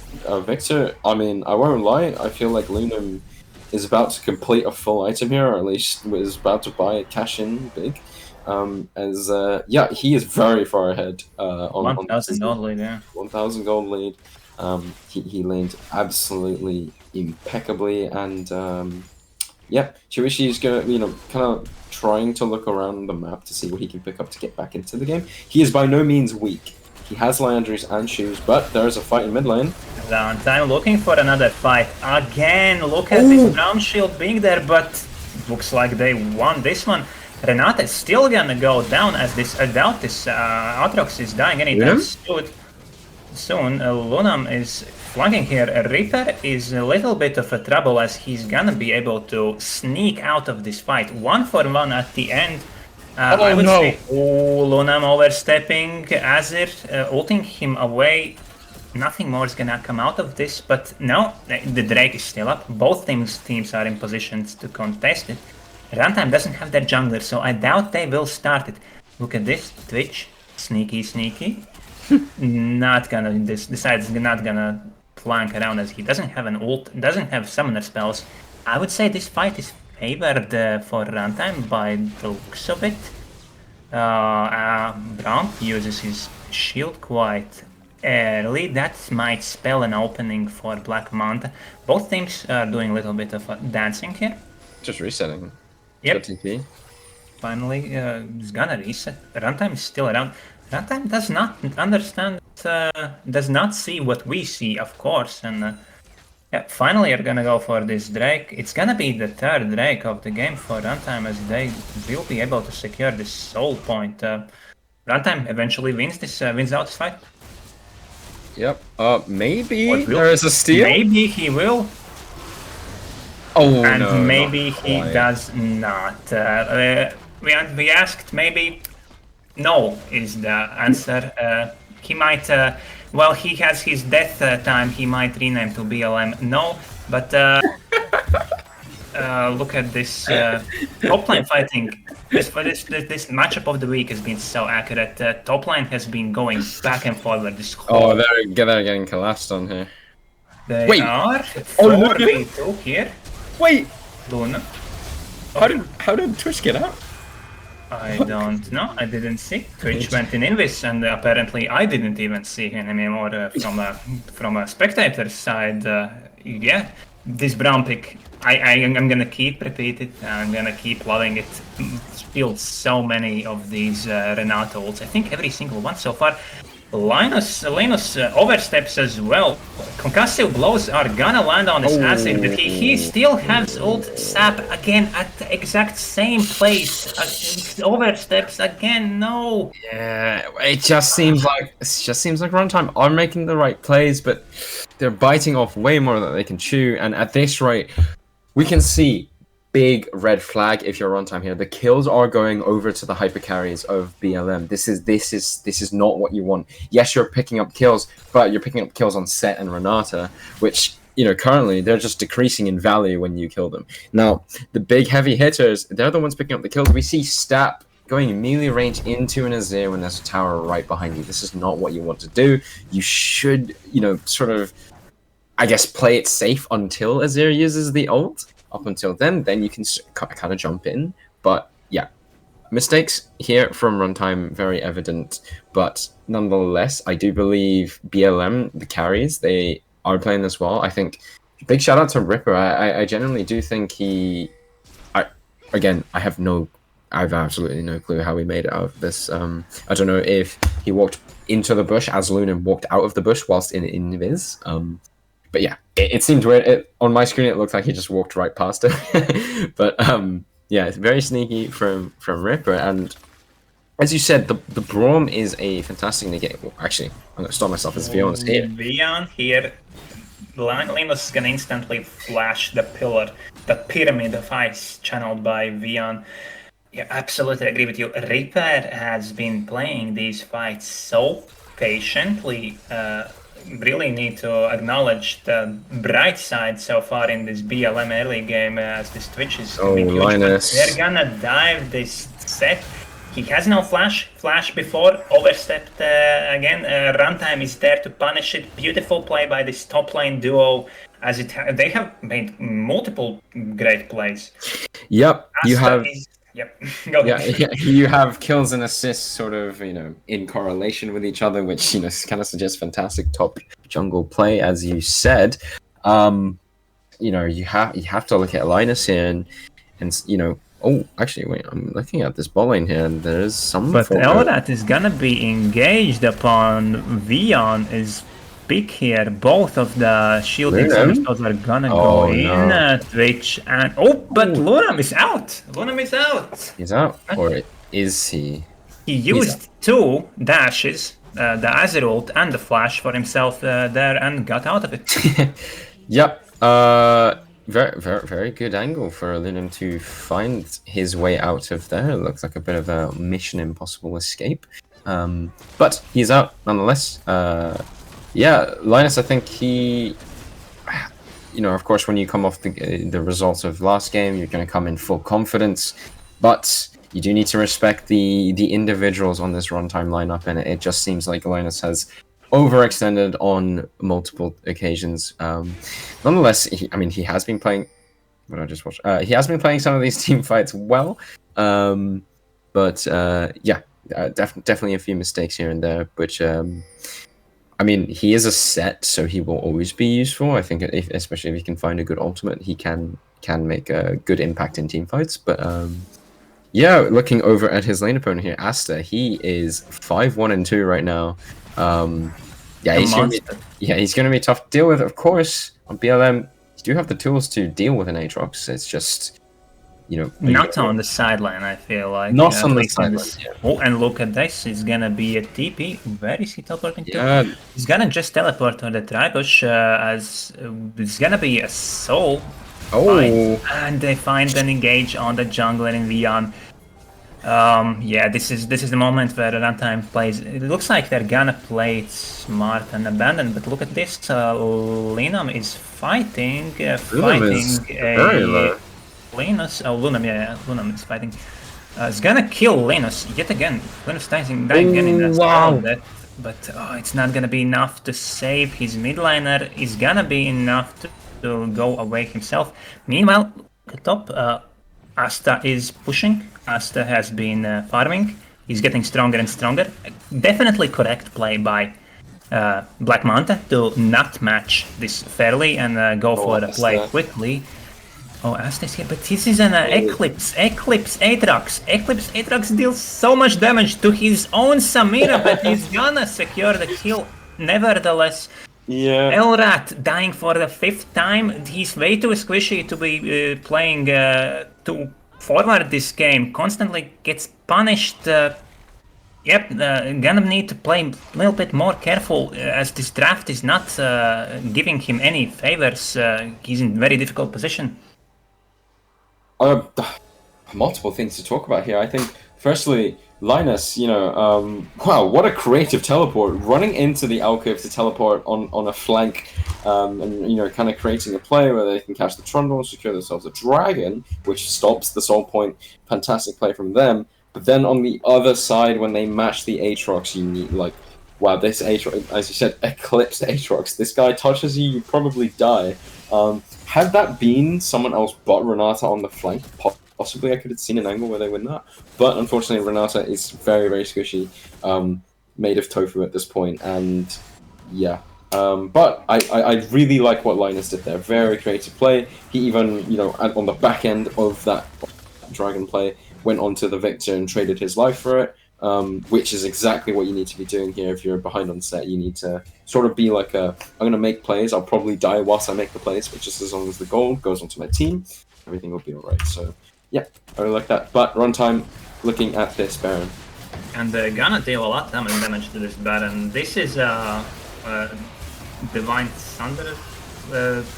And look at this. Maybe on the Diana is gonna pick out Lunam, but Twitch answers with his own ult, which Linus it all over the place. Linus is huge. Azir is finally coming in, but so far it's a 3 for 3. Asta can turn this. I feel like he can see turn this. Asta getting a pentakill here. He's still gonna fight as long as he has good cooldowns. He's ready to fight. As Black Manta does not have any healing reduction in their team. Such a close fight. Maybe getting the jump on the Lunam, but lots of damage going back and forward. It ends with 2 for 2. I mean, I need to point out the Azir was not there, and I have to admit, if the Azir was there, I see an ace on the horizon, and I think shout out to Linus. He played that fight impeccably well. He caught 3 with his E, which allowed Ripper to just open up and do massive damage. And if you're Runtime, you need to be careful. If you're Lunam, he has been stepping up and positioning aggressively in these fights. Now the alarm bell's ringing. You need to sort of keep that in mind now. As I said, if Azir was there, that was most likely going to be an ace. Even when he arrived, you could see Runtime was like, okay, now we need to start running. We do not win this anymore. So yeah, as we saw, it was a trade. It was a albeit a more fed Diana getting traded for Victor, but the fight was looking rough. The HP bars on Runtime were much lower. After Azir had arrived onto the scene with the teleport, and so yeah, the late game hyper carries of Runtime. I mean, in that fight, it was mainly just Twitch getting the setup from his team, which is, as you can see, is proving to be very, very scary. And once again, I want to touch on the Samira.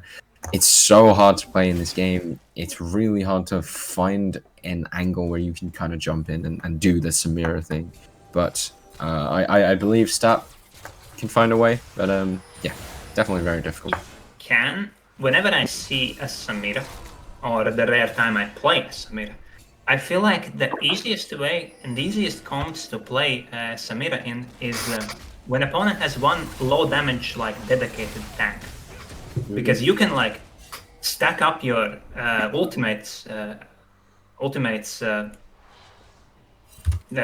bar on the tank, and they then go engage in the fight with your ultimate active. This Black Manta team, I feel like, have no tank that just goes in. And look at this, Asta is gonna channel his very own ult. It's gonna run out. Black Manta needs to wait for it here. Watch Twitch. Twitch. Oh he's gonna go for the flash. Azir ult. It's gonna be dodged by Runtime members. This is huge. This is huge. No flash, no ult for Azir. Twitch still having his flash and his ult up, as well as critically Renata did not pull the trigger on his her very own ult. Wow. Yep. Not the dragon. Oh, Asta, no. Asta is caught out. He's gonna dodge out of the Renata ult. Massive 4-man ult by Diana, as she's gonna die for it. No. No, they're not ready to follow up this. Ripper is kiting. Ripper is kiting. Stop goes massive. Stop with the triple kill. Fight won by Runtime, as they can secure the Dragon Soul as well. Wow, what a crazy fight. She saw the moment he saw Shurima returning back as the best. It is the best. No. Anyway, he saw Shurima rising, but I think it was a little bit impatient on him. He didn't wait for any summoners to be blown.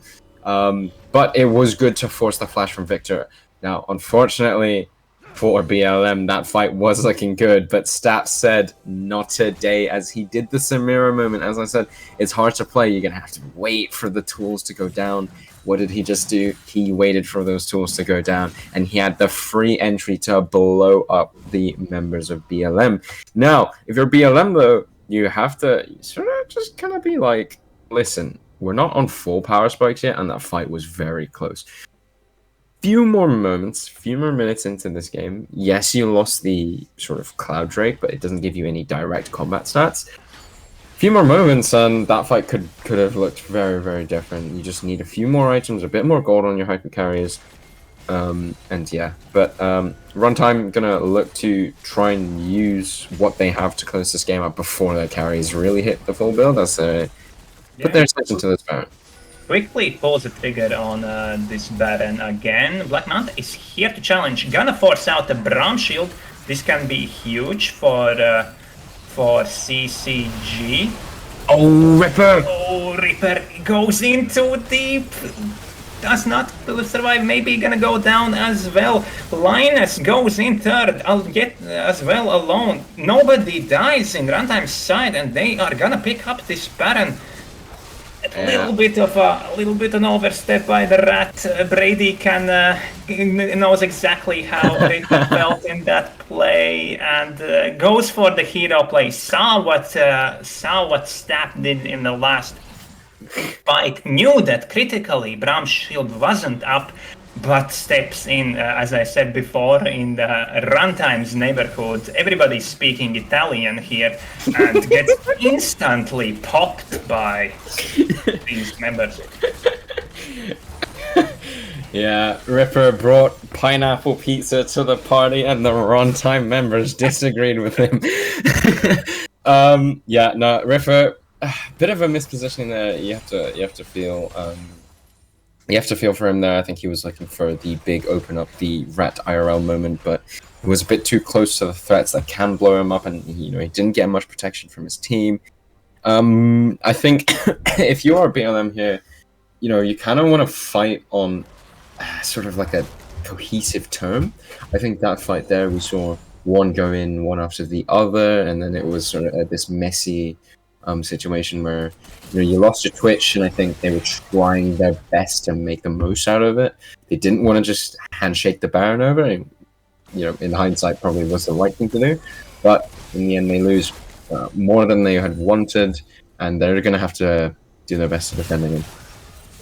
They will try to do their best. They still have the tools. They have the Azir ult. Azir is gonna have his flash up quite soon.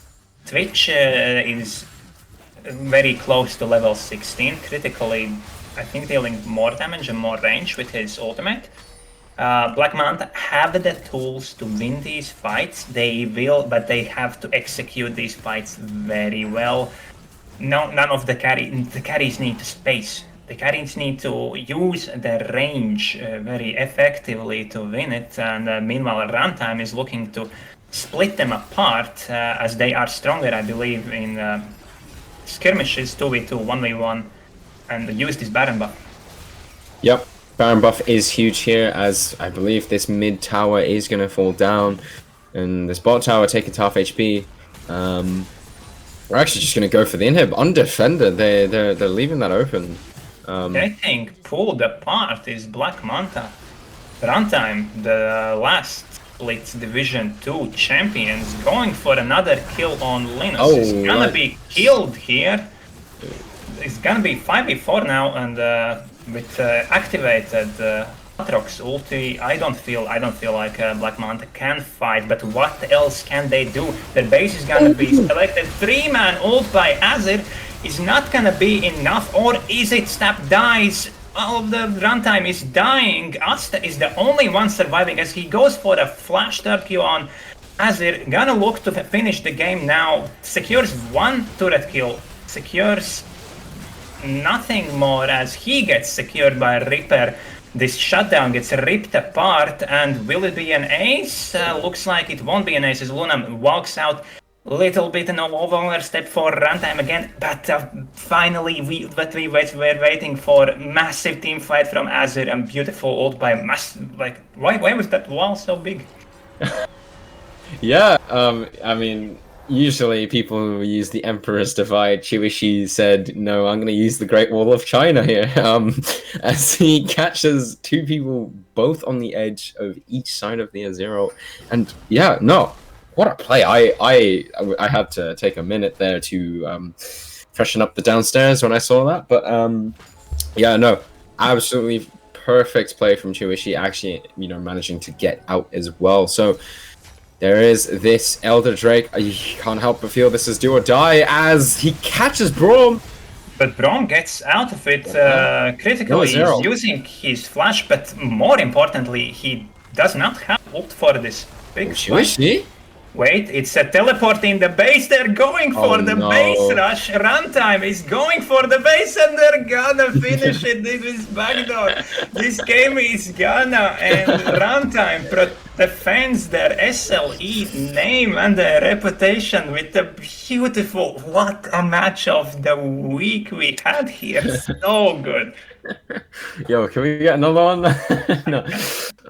Wow, what a game. I mean, I think if you're BLM here, you were kind of put in a position where it's like we either give them Elder and they win, or we take Elder and they win through the base. So I think at that point it was a bit too little, too late, and yeah, it was one or the other. So, but nonetheless, what a game! I think great showing in multiple scenarios from both teams. I think, from a personal perspective, it was great to watch both these mid laners. I think they both had fantastic moments.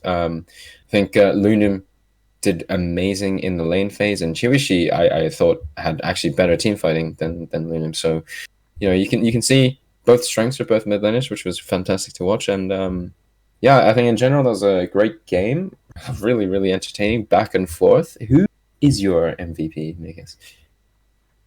Multiple beautiful performances in both sides of the Rift, but we usually pick an MVP in the winner's side.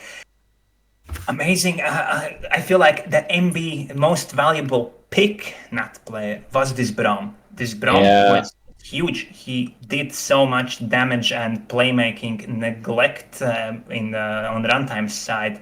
Vian played early game beautifully, but I have to give MVP to my boy Asta the Messiah. He defended his top line pride and went toe to toe with Linus, and I'm really looking forward for these two to rematch. But so far, Asta has the advantage in this top line matchup.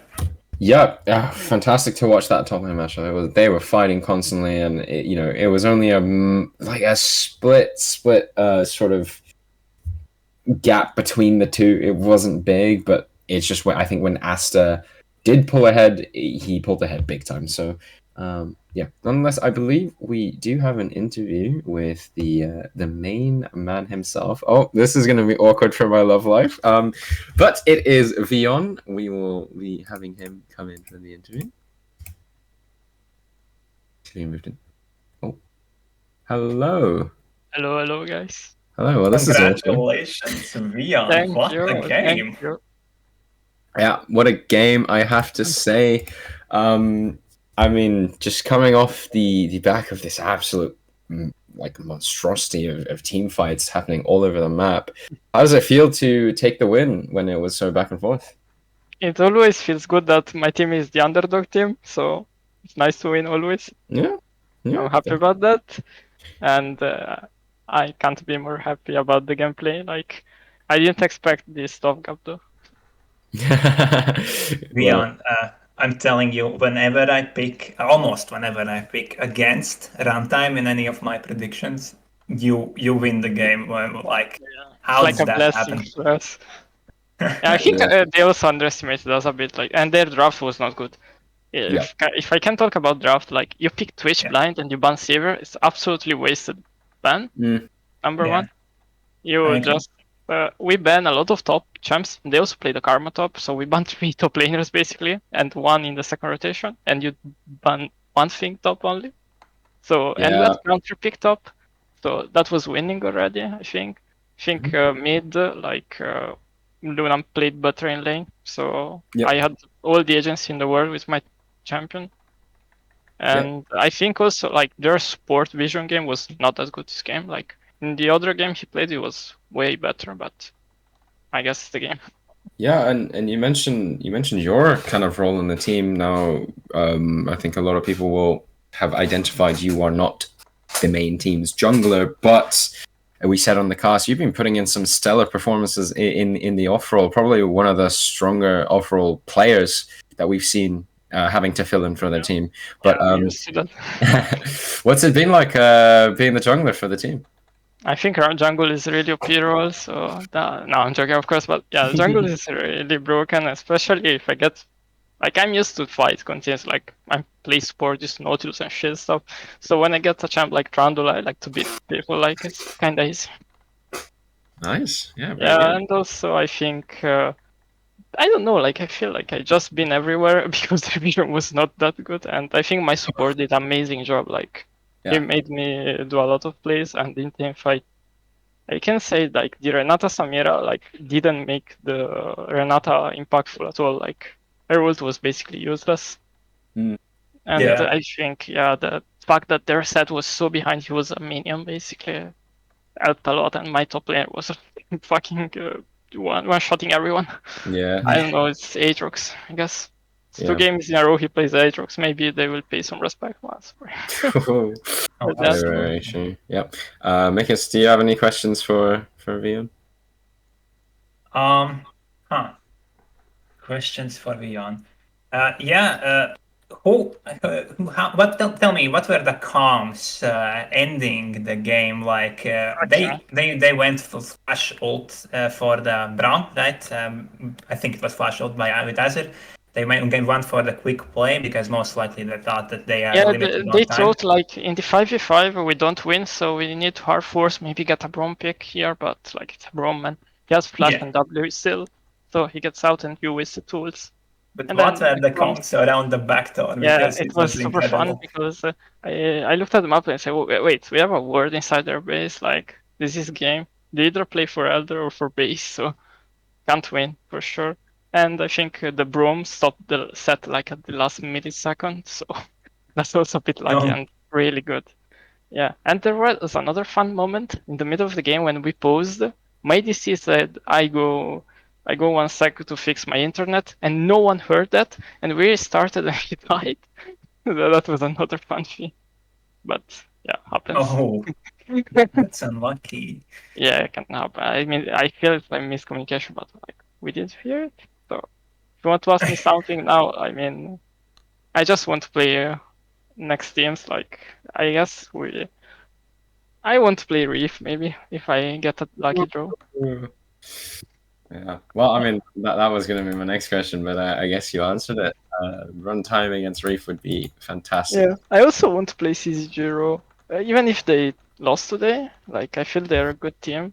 Yeah. But the thing is, we did shit in the semifinals in Cobalt and we lost, so we can't play finals against CCG Raw. But I really wanted to play against them. Yeah. Well, fantastic to hear. Does anyone from the analyst desk want to ask Fion questions? Not for me. No? All right. Well, congratulations on your fantastic win. Please let your team know that they did amazing, all of them. And yeah, good luck in next round. Thank you, guys. See ya. Thank you. Bye. Yeah. So now we will be throwing over back to the analyst desk, I believe, just to close out the day. Yes, welcome back. Yes, welcome back again. Banger of game, more one-sided than expected. Yeah, it was crazy, but it's good to have it crazy. Like the underdog wins, I love it. Sadly today, no prediction elo gained by anyone because I didn't have time to put it on. But I hope that's fine. What do you think is the best moment from this game we just saw? The drawn out top fight that took like 3 minutes. I feel like there's like no one backing off, fighting. Backdoor also always fun to see backdoor. It was not a hypey backdoor because they were on the track to win the game anyway, but still props to the top laner from Runtime. Very good game. That top def was very noticeable.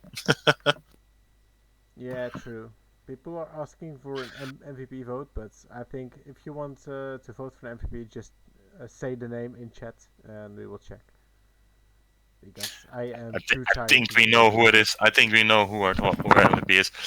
Good game. I heard they want to play us next. Luis Vion said it. Would be fun. And I think it would be fun matchup. We had the top lane MVPs in back-to-back games. You know, Konazi versus Astra. That would be a fun matchup. Yeah, exactly. But let me tell you something about tomorrow. Tomorrow we have another stream. 9:30 in the evening CST. Dream Team versus Altera Astaroth. They're both losers, right? Tomorrow from they're both 0-1. No, not Altera Astaroth. They got the unlucky draw from Dream Team. It is Altera Excelsior. Sorry. Okay. Well, the hype matchup then. Hype matchup.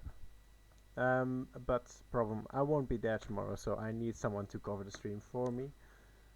So I hope I can find someone to stream for me, and then we will be there 9:30 tomorrow. Yes, see you there, guys. See you there. Goodbye. Goodbye.